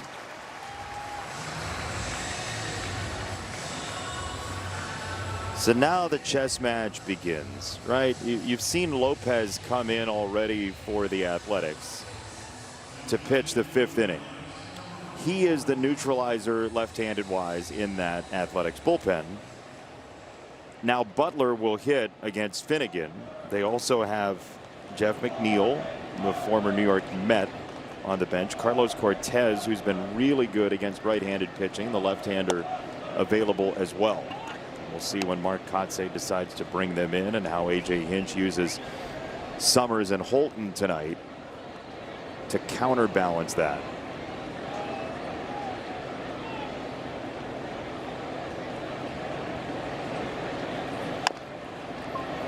Roller to second base from Butler. McKinstry goes low for it. 2 away, and we get a message from Rally House, Michigan. The season starts at Rally House. From jerseys and hats to tumblers for game day, it's where outrageous selection meets every fan's style. Daniela Bruce downstairs, Andy Dirks, Jason Benetti, our entire marvelous crew. Danny Blunt, Andrew Blaustein, everybody down in the truck. We are glad to have you for Tigers baseball, and a 2-1 score in the 6th. It's Kuroda Grauer, who is the rare customer sad to see Skubal go. Yeah, got a couple knocks against Skubal. Good bat to ball skills. Been tearing it up since coming up to the big leagues. He hasn't seen a ball yet today. He's seen all strikes, and he'll continue to see all strikes. 3 for 3 for Kuroda Grauer. Hey, when it's going right, it's going right. There's times whenever you make contact, you figure, that ball's probably going to find a hole. You want to ride those waves as long as possible. 97-mile-an-hour fastball, ground ball back through the box. Nobody home.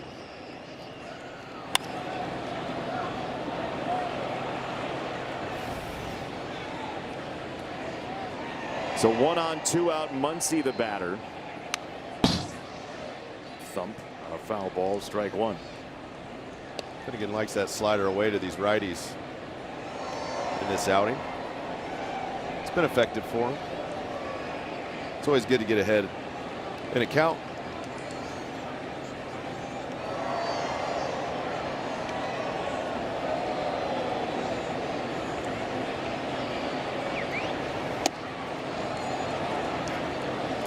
Outside, a ball and a strike.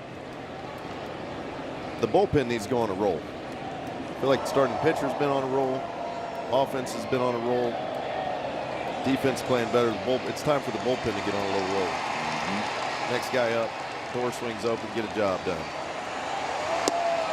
Swing and a miss on a splitter, 1 and 2. You know, it's interesting. Kuroda Grauer has not thought about running yet. Last year in A-ball, he was 26 for 32 in bags. 2 out, 8 hitter at the plate. Would have thought maybe he'd go earlier in the sequence, although that's the power of Dylan Dingler back behind the plate. For sure, because Finnegan doesn't have a slide step. He doesn't slide step. He's got a pretty good leg kick. Got a big lead, and they got him. He had just leaned off the bag when Finnegan spun to first base. Unbelievable timing for Kyle Finnegan there. I think somebody heard you. They're like, hey, watch out, he's going to run. He might run. He's getting ready to go. Finnegan picks off just at the right moment as he was trying to get off the bag. It's a quick way to get out of an inning. I'm shielded. Joshua Kuroda-Grauer picked off of first to end the inning in the top of the 6th as Dylan Dingler takes a strike from Lopez, who again just came up today from AAA. Because the Athletics left-handers in the bullpen actually are both reverse split guys for the year other than Lopez. And walking into a series with the Tigers with 0 lefties who are regulation splits is not a great idea. The Athletics are bottom 5 in slugging percentage allowed to left-handed batters for bullpens this year. It is big numbers for lefties against the Athletics bullpen. So Lopez is here in large part due to Kerry Carpenter, Riley Green, Colt Keith, Kevin McGonigal, Zach McKinstry, James Outman. That's why he's here for this series. Sure. Yep. Tigers are stacked with good left-handed hitters. And you don't want them to face righties all day. Or like you said, lefties that have reverse splits where for whatever reason the lefty sees the ball better out of the hand. Yeah, at least so far this year. I mean, these are staggering numbers. Generally, left-handers have won games against the Athletics bullpen this year. Dylan Dingler, high fly ball, playable deep into left center for out number 1. The crowd was hopeful. It fell just shy of the warning track, and there's one away.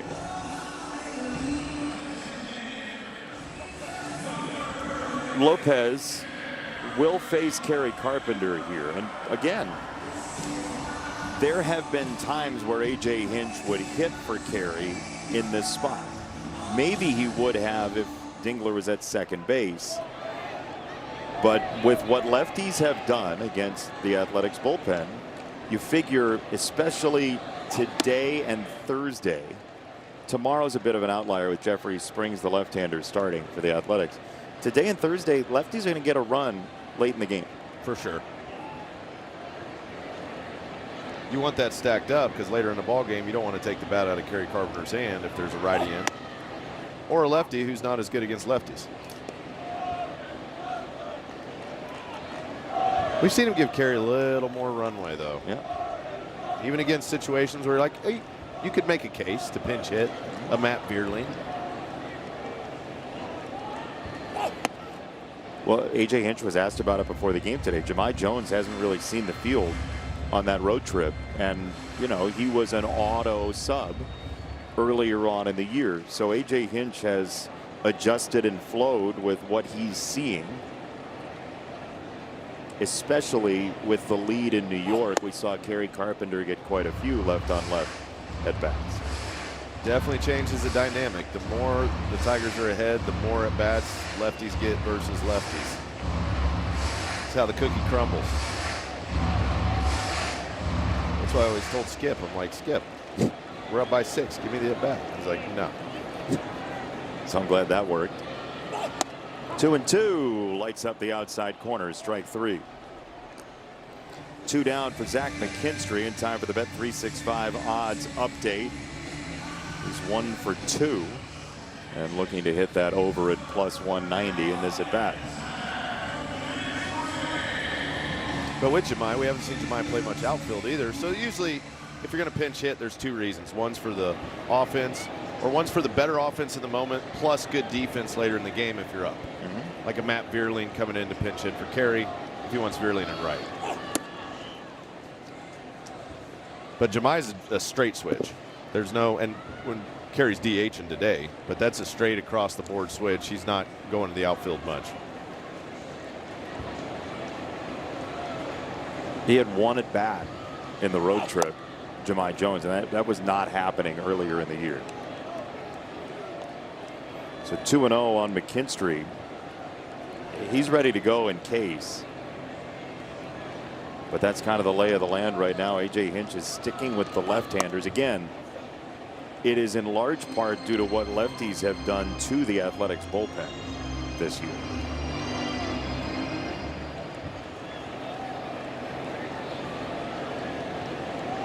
3-0 to McKinstry. That's a strike, 3-1.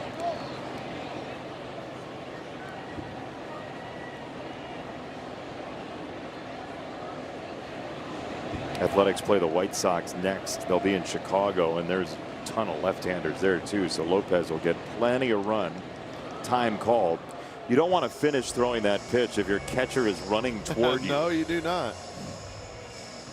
It's a recipe for disaster. They know this is an important at bat. You got Torkelson right behind him, and Torkelson handles lefties pretty well. He's a long ball threat.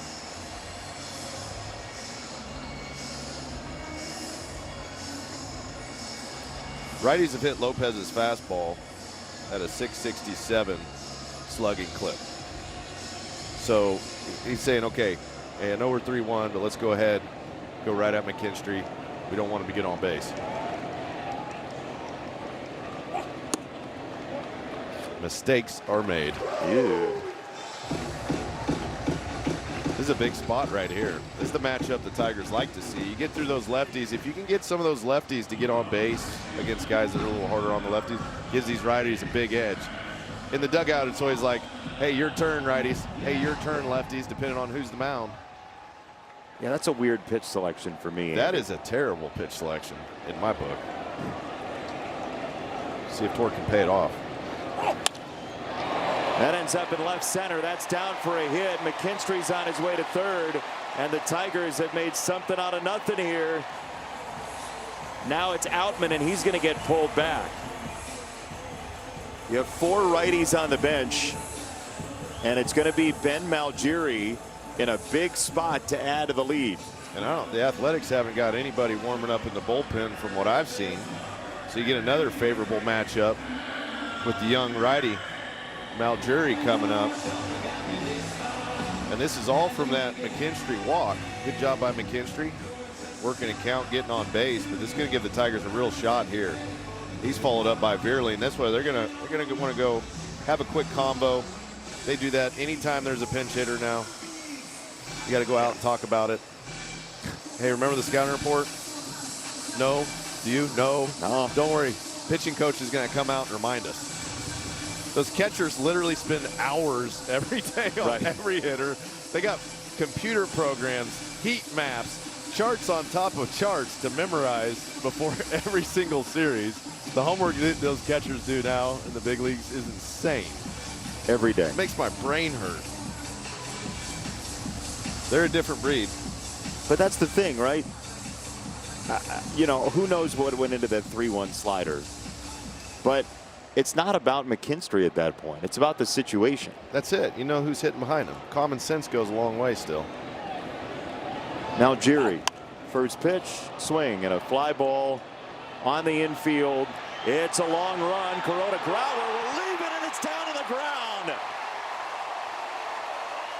No man's land is very close to the infield, evidently, and it's 3-1 Tigers. Goodness gracious, how did that find natural grass? Sometimes things happen in a baseball game that make you go, huh? A little communication here between Butler and Growler. You see at the last minute, it looked like Butler called him off. Butler's running in saying, I got it, I got it, I got it, I got it. And then at the last minute, he felt somebody on him and he said, no. So a little walk, a little hit, a little error. Now he's got to face another righty here.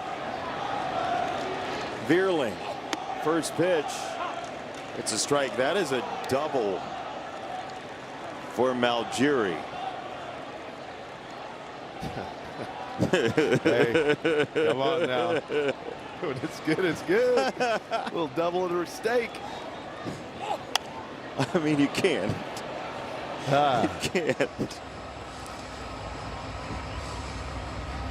These are the situations, though. Going back to the McKinstry walk. You got to go Torque. Another guy puts the ball in play. Just a little more game pressure. A new Lawrence just came to the ball game to pinch hit for Thomas.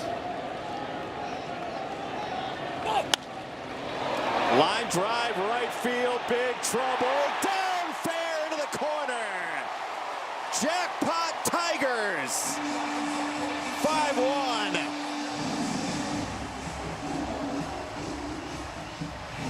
in Major League Baseball, when a team makes a mistake, you gotta make them pay.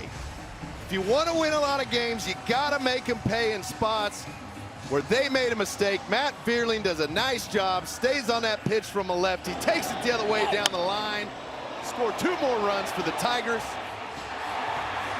These are the kind of runs they need against an offense on the other side that can score quickly and score a lot. The Tigers are pouring it on. But see, so this is the conundrum of what happened in May. When the Tigers are paying off the platoon advantage, as they should, and as they had in 24 and the beginning of 25, this team is wired offensively, even when they're not homering. When those right-handed at-bats against left-handed pitchers and left-handed at-bats against right-handed pitchers are not going into the W column, you lose games. That's just the way this team's built. So Matt Vierling hits you a double into the corner, left on right, because you boxed somebody in because of their slider they threw on 3-1 and the ball they didn't catch. You feel great. You feel like $1,000,000. So every one of those bats that's an opposite platoon, like when you're like not supposed to do anything in a certain matchup and you do something. All-star Kevin McGonigal, single to center. Run number 6 is home right now.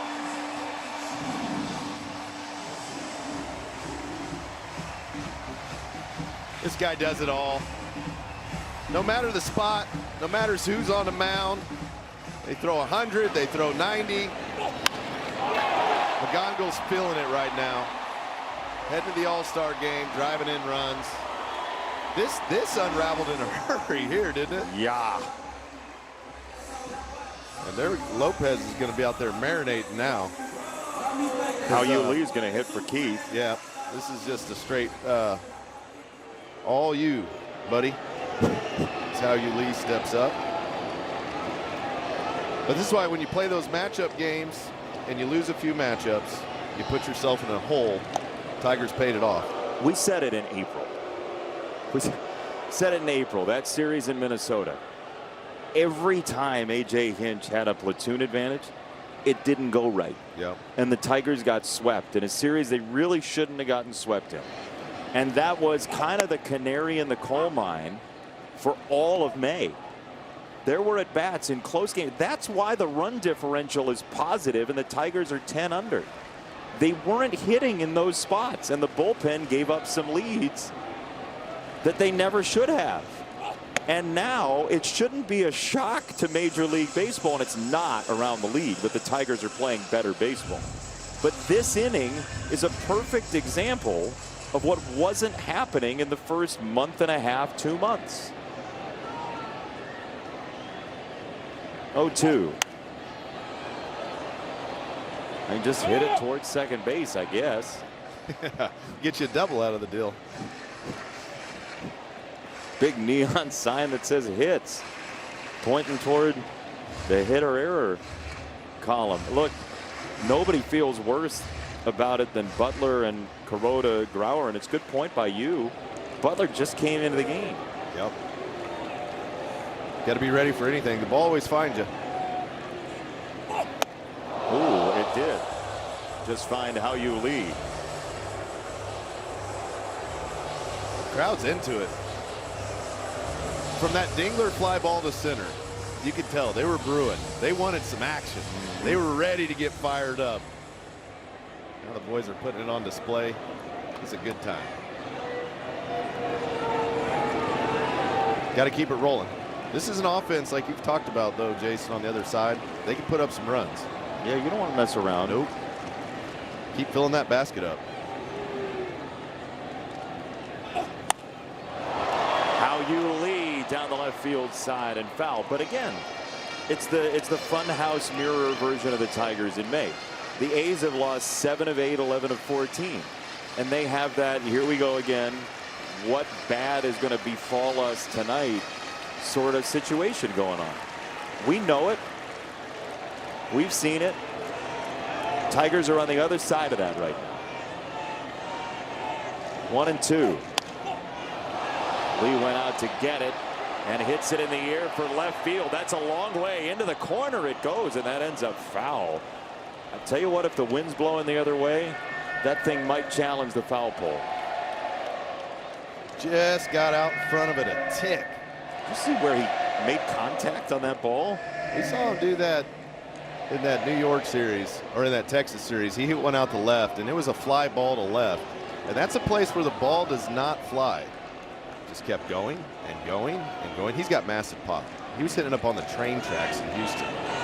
Oh, when you were watching batting practice. All series. The every night viewers will understand. That's right. 2-2 on Lee. McGonigal at first. This is the 8th batter of an epic of a 6th inning.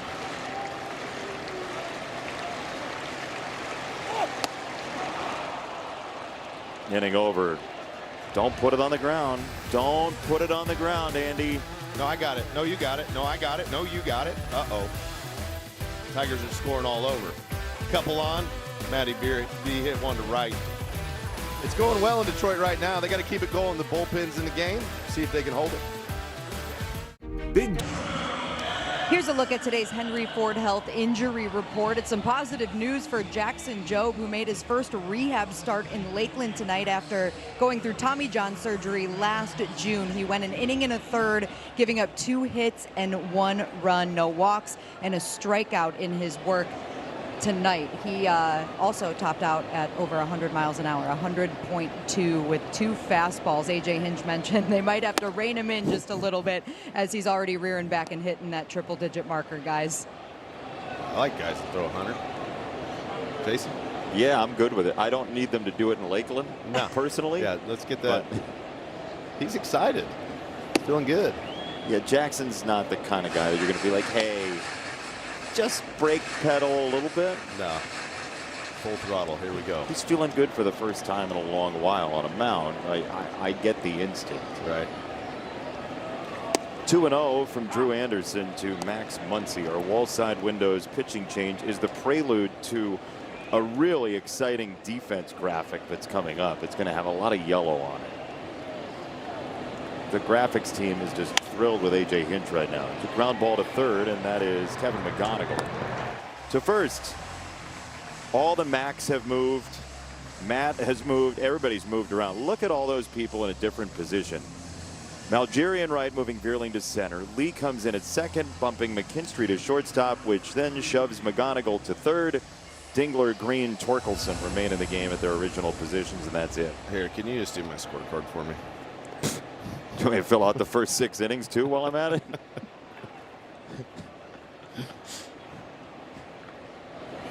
What did you think was going to happen when you said that, Dirks? That's about exactly what I predicted. That's good. Strike one to Bolte. Drew's had an interesting year. Getting a lot of swing and miss. Good strikeout rate. Walked a few, but the long ball's giving him fits. We've seen him cruise through some outings where it looks like, okay, he's right on pace. A little weak contact to strikeout. And when that changeup has stayed up for him, it's been trouble. Guys have clipped him on the fastball and that changeup when it's up. It's just a matter of, one, it's always like, okay, is it location or is it once in a while, guys, for whatever reason, hitters don't miss pitches. Oh, boy. Off the hit by pitch, it hit Dingler.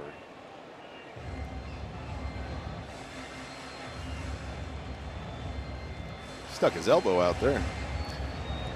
Be all in for your Tigers with a membership deposit for next season and enjoy a complimentary game on us. Deposits start at just $100, include elite perks and an invitation to a select-a-seat event this summer. Visit tigers.com/deposits.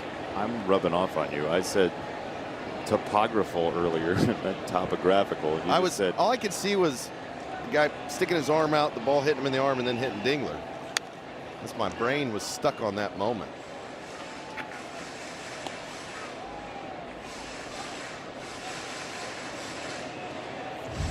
About Drew Anderson's changeup, I was just walking by him a couple weeks ago. He had thrown a nasty changeup in a game, I want to say maybe in Houston. We were talking about that specific pitch. And he was like, if I throw that one, nobody's going to get a hit on that specific pitch. That's not arrogant, not cocky, but like he knows when it's really good. It's a pitch type that's almost got a 40% whiff rate. This is an elite pitch. But if it doesn't catch the seam, it stays up once in a while. If he throws too many, it's a lot like a guy that throws a lot of sliders. If you throw too many, the potential to hang one is higher, right? So it's like, is it the amount of usage?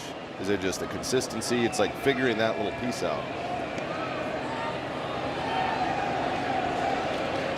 2-1 to Geloff. There's a curveball. So another weapon is really important. Right.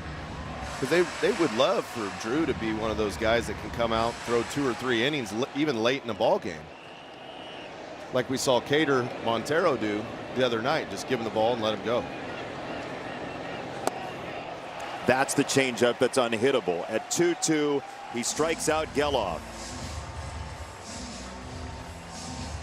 Yeah, these two pitches are going to get a ton of swing and miss. Good curveball. It's that big 12-6 curveball, the big bender, and then a changeup. You see where the location starts and where it ends up. It looks like it's coming down the middle. Catches the seam, drops out of the window. That's the one that he needs to find the consistency with.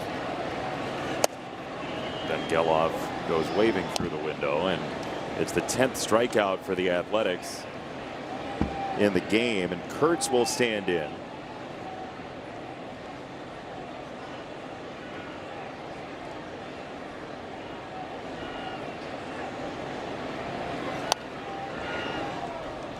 He near took that out of Dingler's glove. You think he was worried about the changeup much?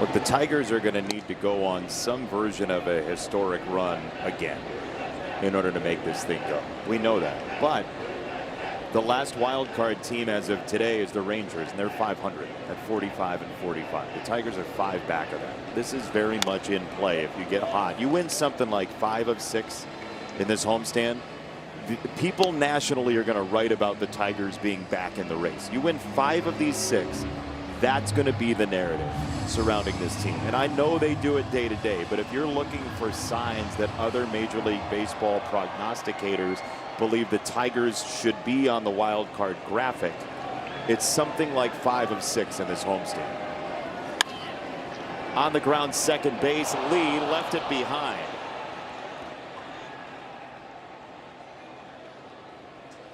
And as is typically the case when you start talking big picture, the opposing team puts together some version of a rally.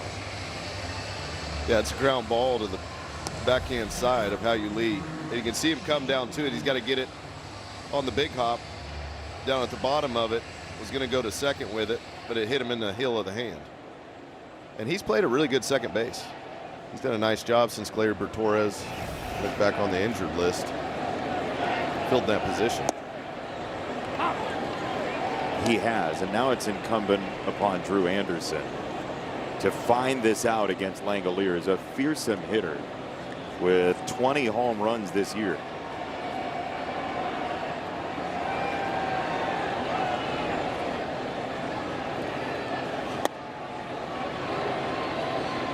It's ball 1.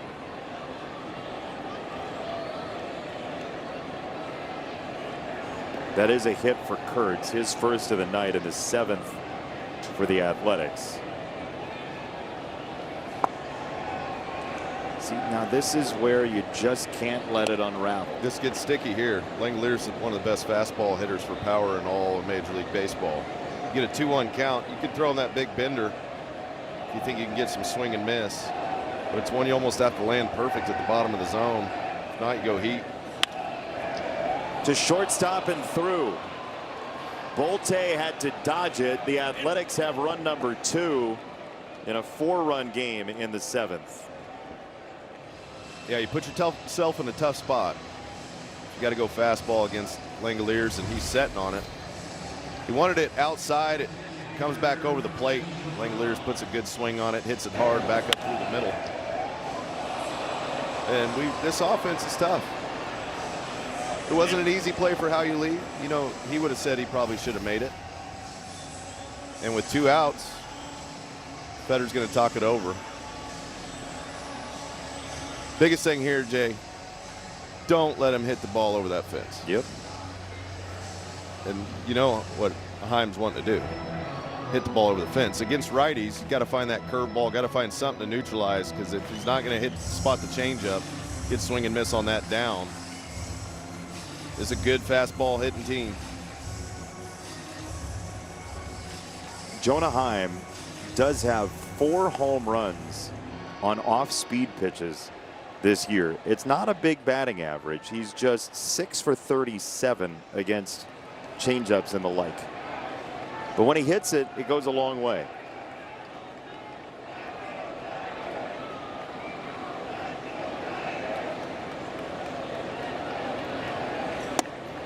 First one is there, a strike on a fastball. Jacob Waguespack, Drew Summers, both getting loose in the Tiger bullpen.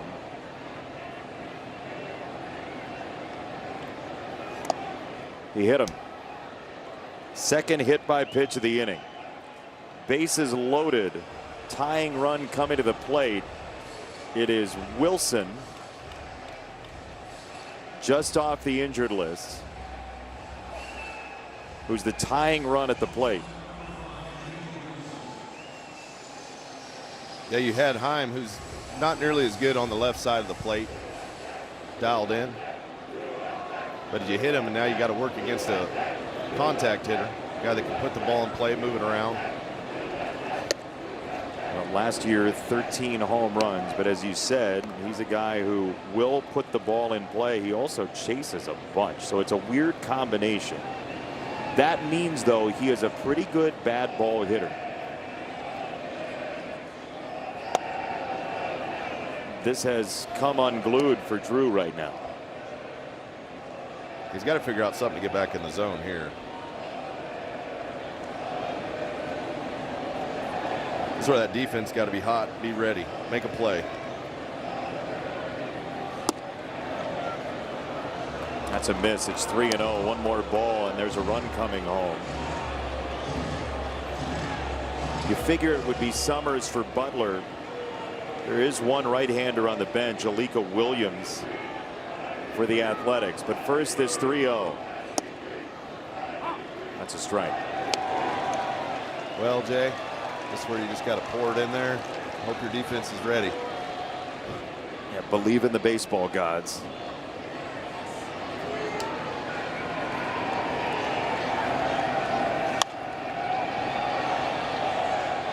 All right, got through one of them. Got to get through one more of those. In play, out, something like that. He's a very difficult guy to strike out. So this is not where you want to get cute. This is not where you say, you know what we're going to do? We're going to throw the 3-2 curveball, see if we can get him to chase and swing and miss.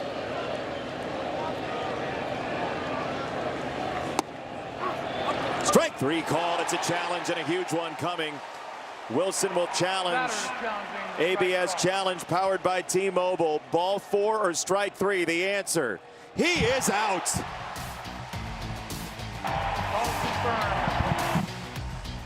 Oh, I can barely breathe after that. What a pitch. Bases loaded, 2 outs. Got him on the corner. Coming up is the Figer Law 7th inning stretch. Don't miss the 1901 replica jersey giveaway on Saturday, July 25th at 1:10. The first fans through the gate will take home a replica jersey in honor of 125 years of Detroit Tigers baseball. Get tickets now at tigers.com/giveaways. So, I mean, these giveaways are primo. These bobbleheads, these are like the heavy, more old school type of bobbleheads. Jersey giveaways, it's awesome. You got your tiki mug over there. It's nice. Jacob Lopez still in this game. He's going to face Riley Green, and if we've learned anything tonight, it's that Jacob Lopez probably isn't pitching tomorrow. He's at 42 right now. He threw about 112 last inning.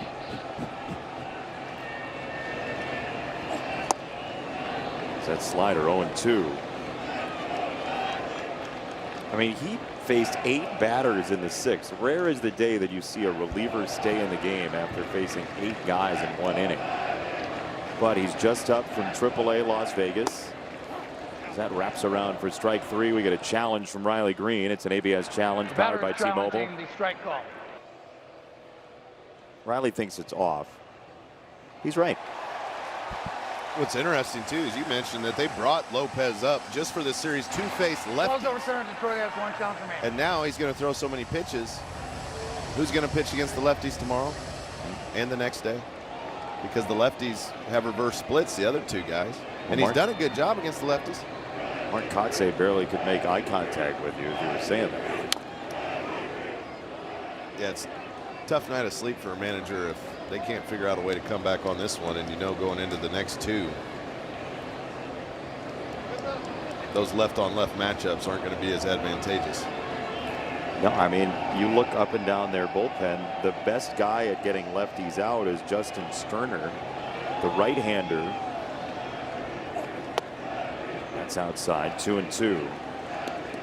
They have 2 lefties, but both Hogan Harris and Jose Suarez have gotten righties out more than they've gotten lefties out. That's this year. There's certainly not going to be an easy matchup, but they're not lefty demons. Yeah. Which bodes well for the Tigers late in this series. For sure. Did a job. McKinstry walked. Torque got a hit. Algieri got a hit. Bierling got a hit. The righty started just pouring it on. 3-2. Riley pops it up foul back and left. And no room for Langoliers. How about having a bat right here? Thought he was going to be punched out on slider number 5. Challenged that, got it back. Works the count back to 3-2. How many burgers come in the slider flight? 5. Yeah. At a good place, like America, you see. 3-2. And playable and caught by Wilson. They don't have to break a window, though. Oh, they just have to be hits. Or just something that gets you on base. Well, McGonigal 104 and change, but that wasn't even the big hit of the inning. Bierling at 75, just above, speed limit of West Virginia. Hit them where they ain't, Jason. Hit them where they ain't. All right. Tell me more about baseball. Great granddad. Dylan Dingler, first pitch swing. Tomorrow, Jeffrey Springs, Troy Melton. It's going to be the left-handed starter for the Athletics. So they can burn Lopez here today. They'll have a lefty to cover at least the front end of that game, although Springs has an ERA that's pressing towards 6 this year. And our Bet 365 upcoming schedule goes like this. It's Springs and Melton, and then Fromber against Jack Perkins on Thursday, as the Athletics for the year have struggled to get people out. Their ERA is 5+ as a team. Some of that, it's like pitching in Colorado. Like, that's a ballpark that gives up runs. Those ERAs are going to be a little inflated looking. For sure. Based on their home ballpark. For sure. They also have a bottom 5 walk rate for starters in Major League Baseball. So they're not helping themselves by putting runners on at the same time. You're dead on, though. I mean, those games in Las Vegas. But it looks like this. It looks like, hey, we got a home run. Here's a challenge. Challenging the ball call. Here we go. 3-1 or 2-2. It's strike. 2-2. But call is overturned. Oh, the Athletics have. Don't say it, Wolfie. See, now you know how it feels to be a play-by-play announcer when you want to use the city. They don't have a city, Wolfie. They don't have a city. Just call it. That's why you call it math. Oh, yeah. 2-2. Jim Wolf is one of my favorite umpires. He's great. Because he's expressive. He's a real person. He cares, but he also will have a good time while he's doing his job. He deserves a lot of credit for the way he handles the ridiculousness that umpires have to deal with sometimes. And he's jacked. And he's jacked. He never misses arm day. I mean, he's been hitting them tricep extensions. 2-2, grounded foul at the plate. But when a ballpark gives up a lot of home runs, pitchers are going to pitch on the edges more. Try to. They don't want to throw cookies, so a higher walk rate is going to definitely be a byproduct. Sure. He's just going to lay it in there and let him hit it 300 feet for a homer? No, I'm not saying you're wrong, but they're not a top 5 staff in the league either. No.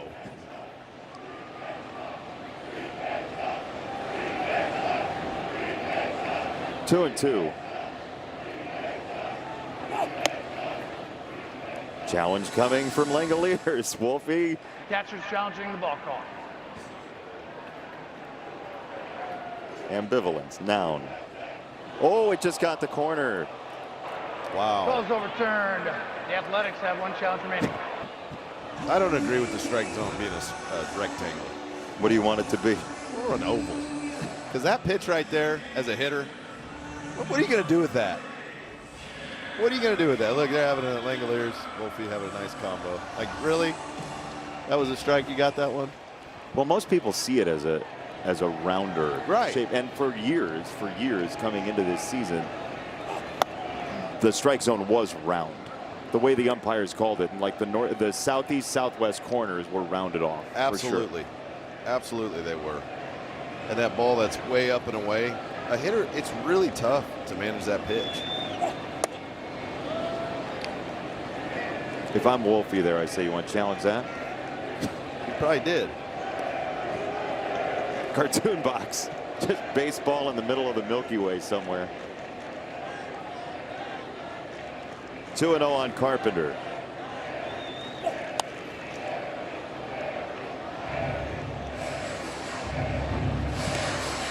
Your point is well taken about the Athletics home ballpark situation. And, you know, it is hard to win when you're dealing with weirdness like that, because you can't really build to anything. We saw it, you know, Todd Helton got burned by that for years in the Hall of Fame conversation. Larry Walker as well. It's not their fault they played for the Rockies. They're great players, top of the line players.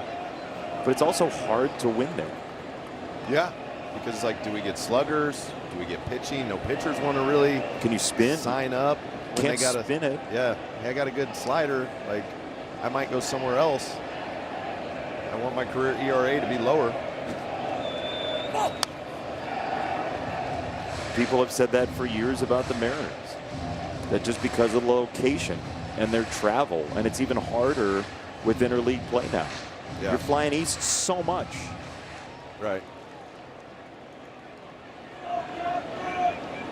Pour one out for all of them.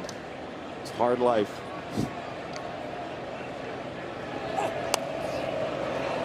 Yeah, steak and lobster tail, it's a tough life in the big leagues.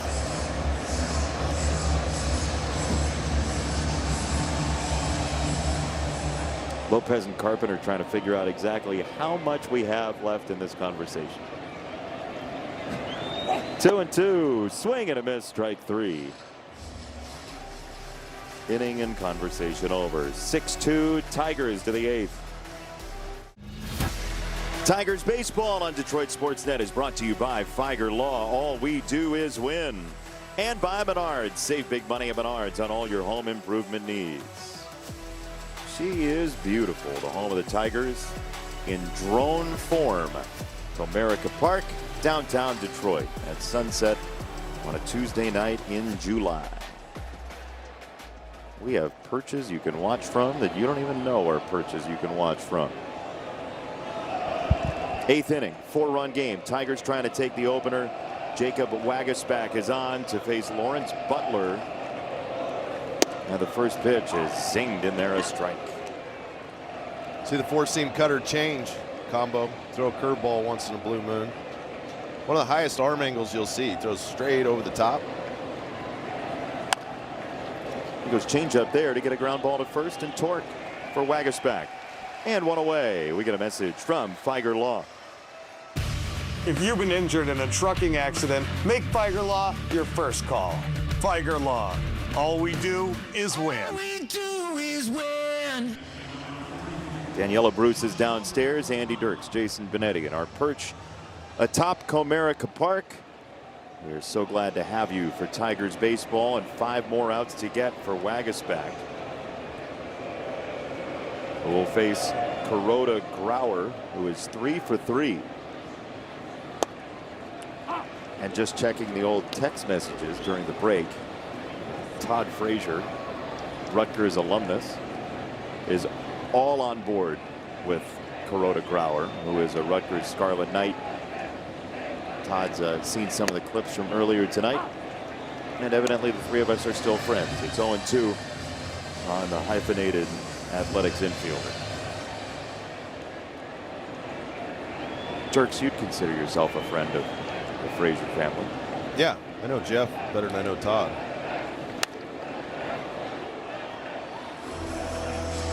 Still 0-2 on Kuroda Grauer. That's one of the beauties of baseball. You get to meet so many different personalities. And when guys are just themselves, it's the best. There's not a lot of fake people in baseball, you know? You don't run across that. It's like their personality is shining through. You get what you get. Especially in a clubhouse, when you're around them so much, you're basically like family. Don't get to choose your family, don't get to choose your teammates.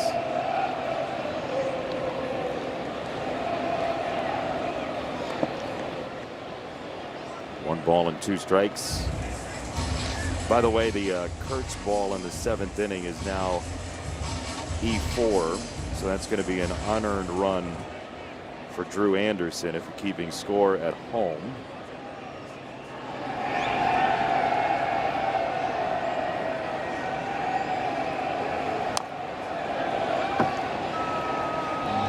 Just got a piece of that changeup. But you see the way he uses and adjusts his body. We saw him do that to Scooble, and he got a base knock. This time he's so far out in front, he's swinging on 1 foot.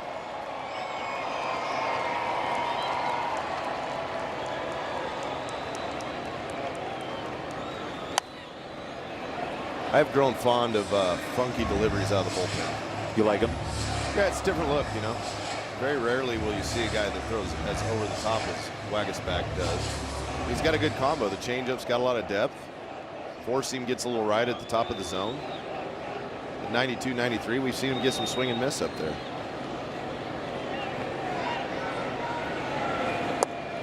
This is a battle of 22 letters in last names, by the way.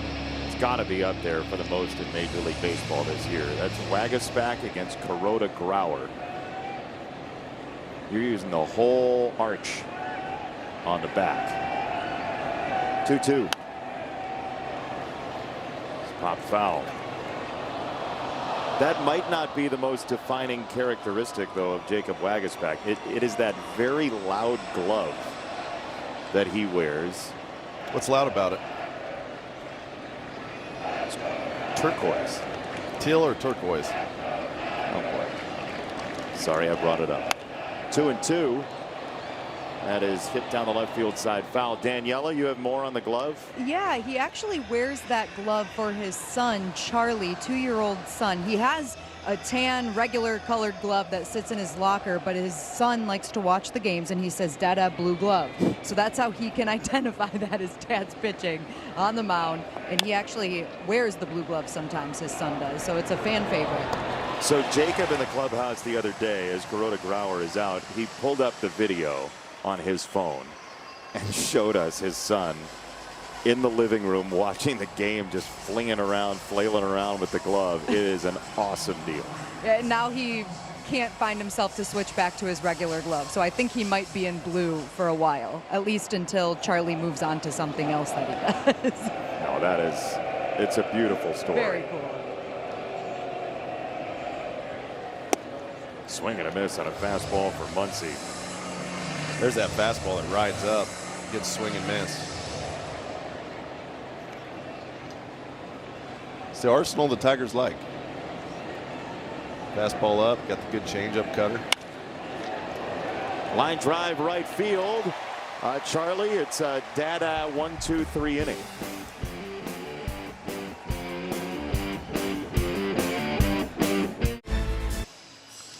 The Detroit Tigers Foundation is inviting Tigers fans to join in helping those affected by the recent earthquakes in Venezuela. From now through this Thursday, all donations made to the Tigers Foundation will support the American Red Cross Venezuela Earthquakes Relief Fund. You can give right now by visiting DetroitTigers.com/donate. Every little bit, every little donation, scan the QR code, anything that you're willing to give, couple of dollars, whatever it might be. The story during the last homestand of Manuel de Jesus and Kader Montero combining on a shutout was one of the more breathtaking things we've seen in this ballpark over the course of this year in recent memory, considering what was in the hearts of both of them as Zach McKinstry punches this ball to right against the new pitcher Elvis Alvarado here in the 8th. Alvarado's got a good arm. That four-seam fastball is upper 90s, 99, 100 miles an hour you'll see out of it. Slider sinker combo split. Lefties have a slight edge. The slider's been his most hittable pitch.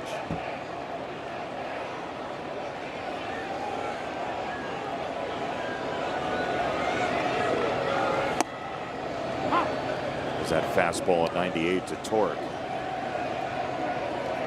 Love to just pick up a run or two more, make it so grand slam can't tie the game, just in case.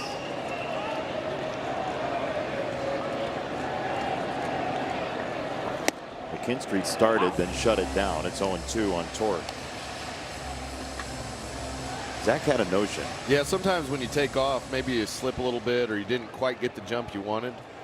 It's always okay to shut it down if you feel like, hey, I didn't quite get the jump that I liked. Long hold, and the 0-2 is straight foul.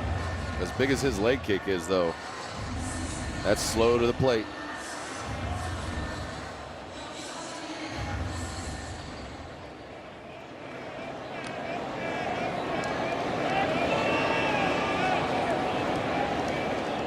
Oh, and 2.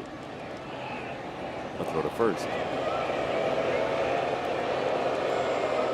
It is rare to see a pitcher throw over twice in a row nowadays. So you can put a little money on the table if you want. Roll the dice. See, you're up 4 runs. I mean, in the words of Crosby, Stills, Nash, and Young, what do you got to lose? Well, you could be out. What a songwriter you are. You think he's going to go here pretty soon. He started again and he shut it down again. Just not getting a good jump. You always look at about the middle of the low middle back of the pitcher and you just relax your eyes and trust that front right foot of the right-handed pitcher. As soon as that thing goes up, you got to go. Sometimes you see the right or the left knee or the left foot. Check swing. He did go. Strike 3. Alex McKay with the call. 1 down.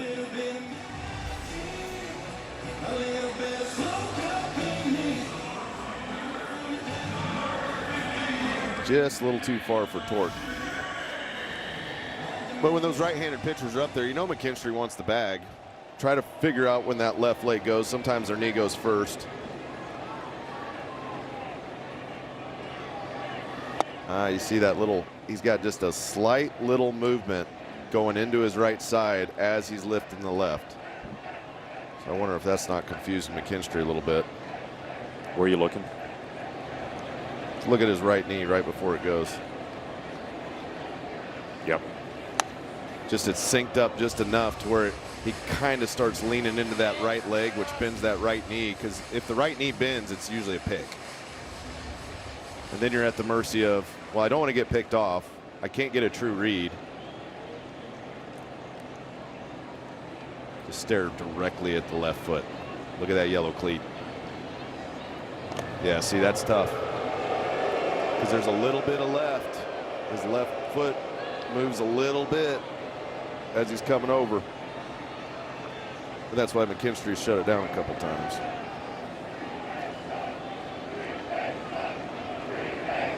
Big lead there, but he mistimed it. And he didn't trust it. He had it. He didn't trust it. He wants the bag so bad. It's like, come on. I can get this. I got this. You got this, Z-Mac. It's yours. He's a 112 to the plate. It's yours.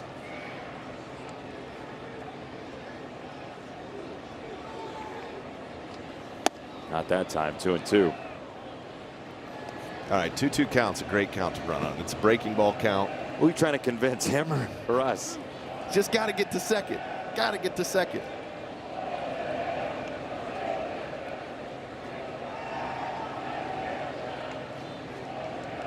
He's off. It's foul.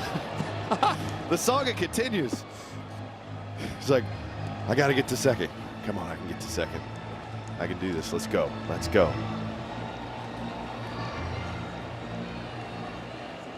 There's a point when a guy's that slow to the plate, even if it's not perfect. Go.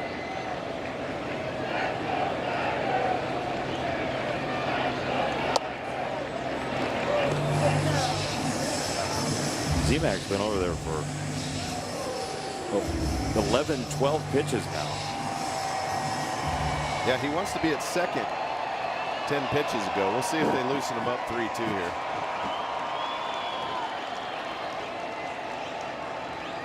He's away.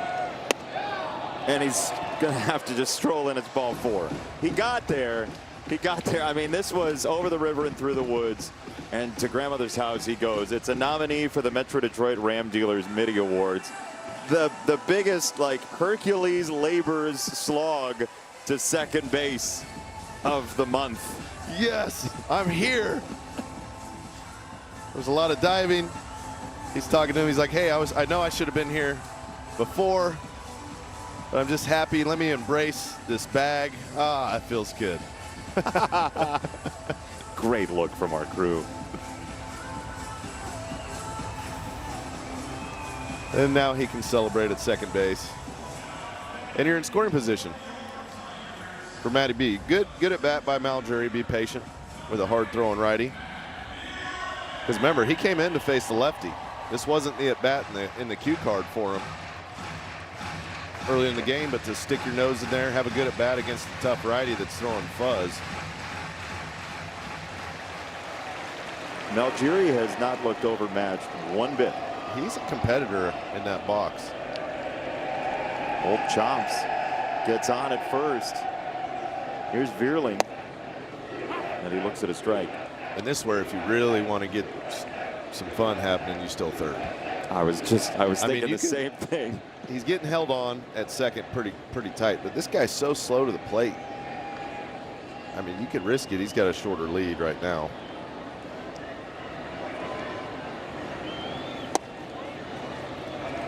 One ball, one strike on Vierling. McGonigal next. The Tigers up 6-2 on the back of a 4-run 6th inning. It was a 2-out walk to McKinstry that started that inning, and the Tigers paid it off in a big way. Vierling helped with a ball down the right field line, and this is foul, a sinker at the dish, 1-2.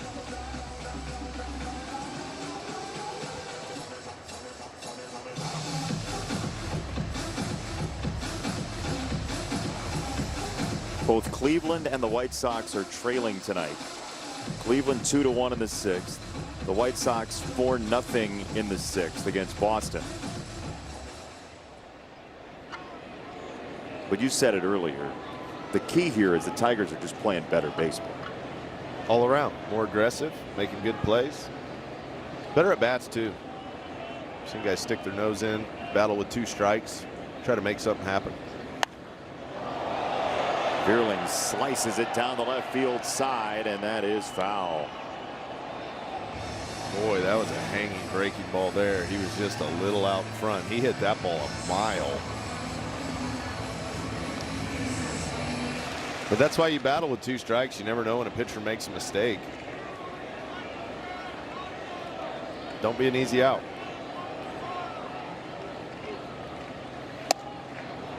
Strike 3, 2 down. 99 on the Blacks, a little tough to contend with.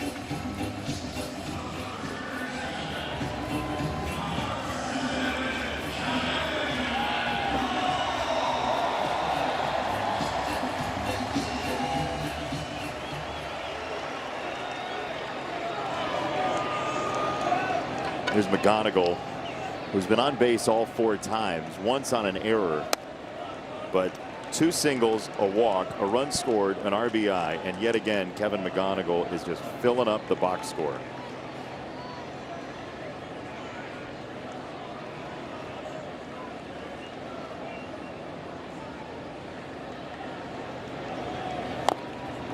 The Tigers play the Athletics 6 times, including tonight, before the trade deadline. 6 of the 22 are against this Athletics team.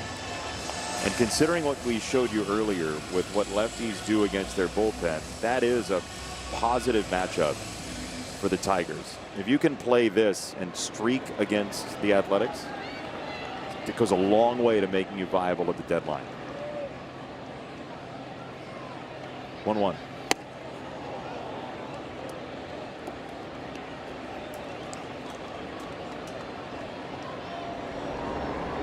Bo Brisky is loose in the Tigers bullpen. He's been up for a couple of batters now. 1-2 on McGonigal. Strike 3, inning over. 3 strikeouts in the inning, a walk and a single. We go to the 9th. 3 outs to get. Logan Reaver here with Bobby Scales, getting you set for Tigers postgame. In the pregame, we talked about the challenges of fielding for this A's team, and it reared its head in one of the toughest spots, Bobby. Yeah, it sure did. That 6th inning kind of came unraveled with 2 outs. They were almost out of that inning, but a misplay out in right field. We'll talk about it in the pregame, but when you make misplays in the big leagues, you get punished, and the A's did. Yeah, we'll tell you. 6th inning. We'll tell you a little bit about how it happened and whose fault it is at that's coming up your way, guys. We look forward to it. Thank you very much. Bobby and Logan will join you under darkening skies. Coming up in 3 outs, we hope, as Bolte faces Waguespack. And there's strike 1 on a fastball inside, 0-1. Kenley Jansen is up and loosening for the Tigers, just in case this gets dicey.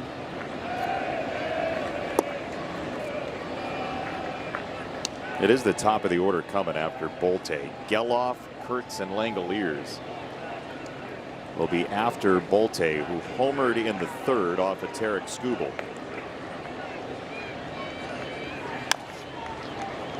Chopper to shortstop.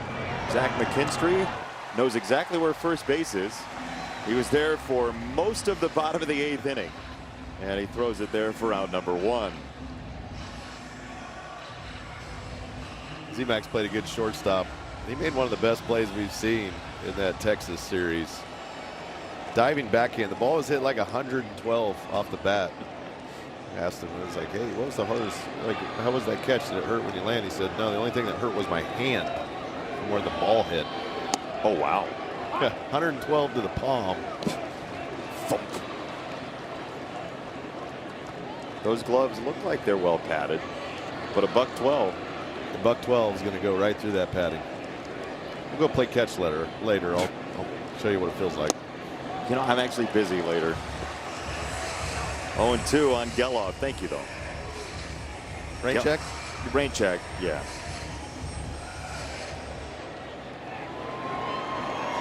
$11 strikeouts for Tigers pitching tonight. Geloff has 3 of them, and he stays alive here.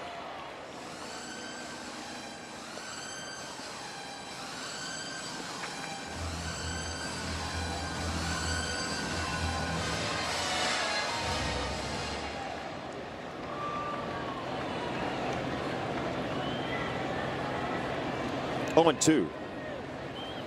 Swing and a miss. Strike 3. A 4th punch out for Geloff tonight. Nice job by Waguespack. Throw that changeup, then right in the 4-seam. You see Geloff going underneath that pitch. He was looking for something different. The heater got him.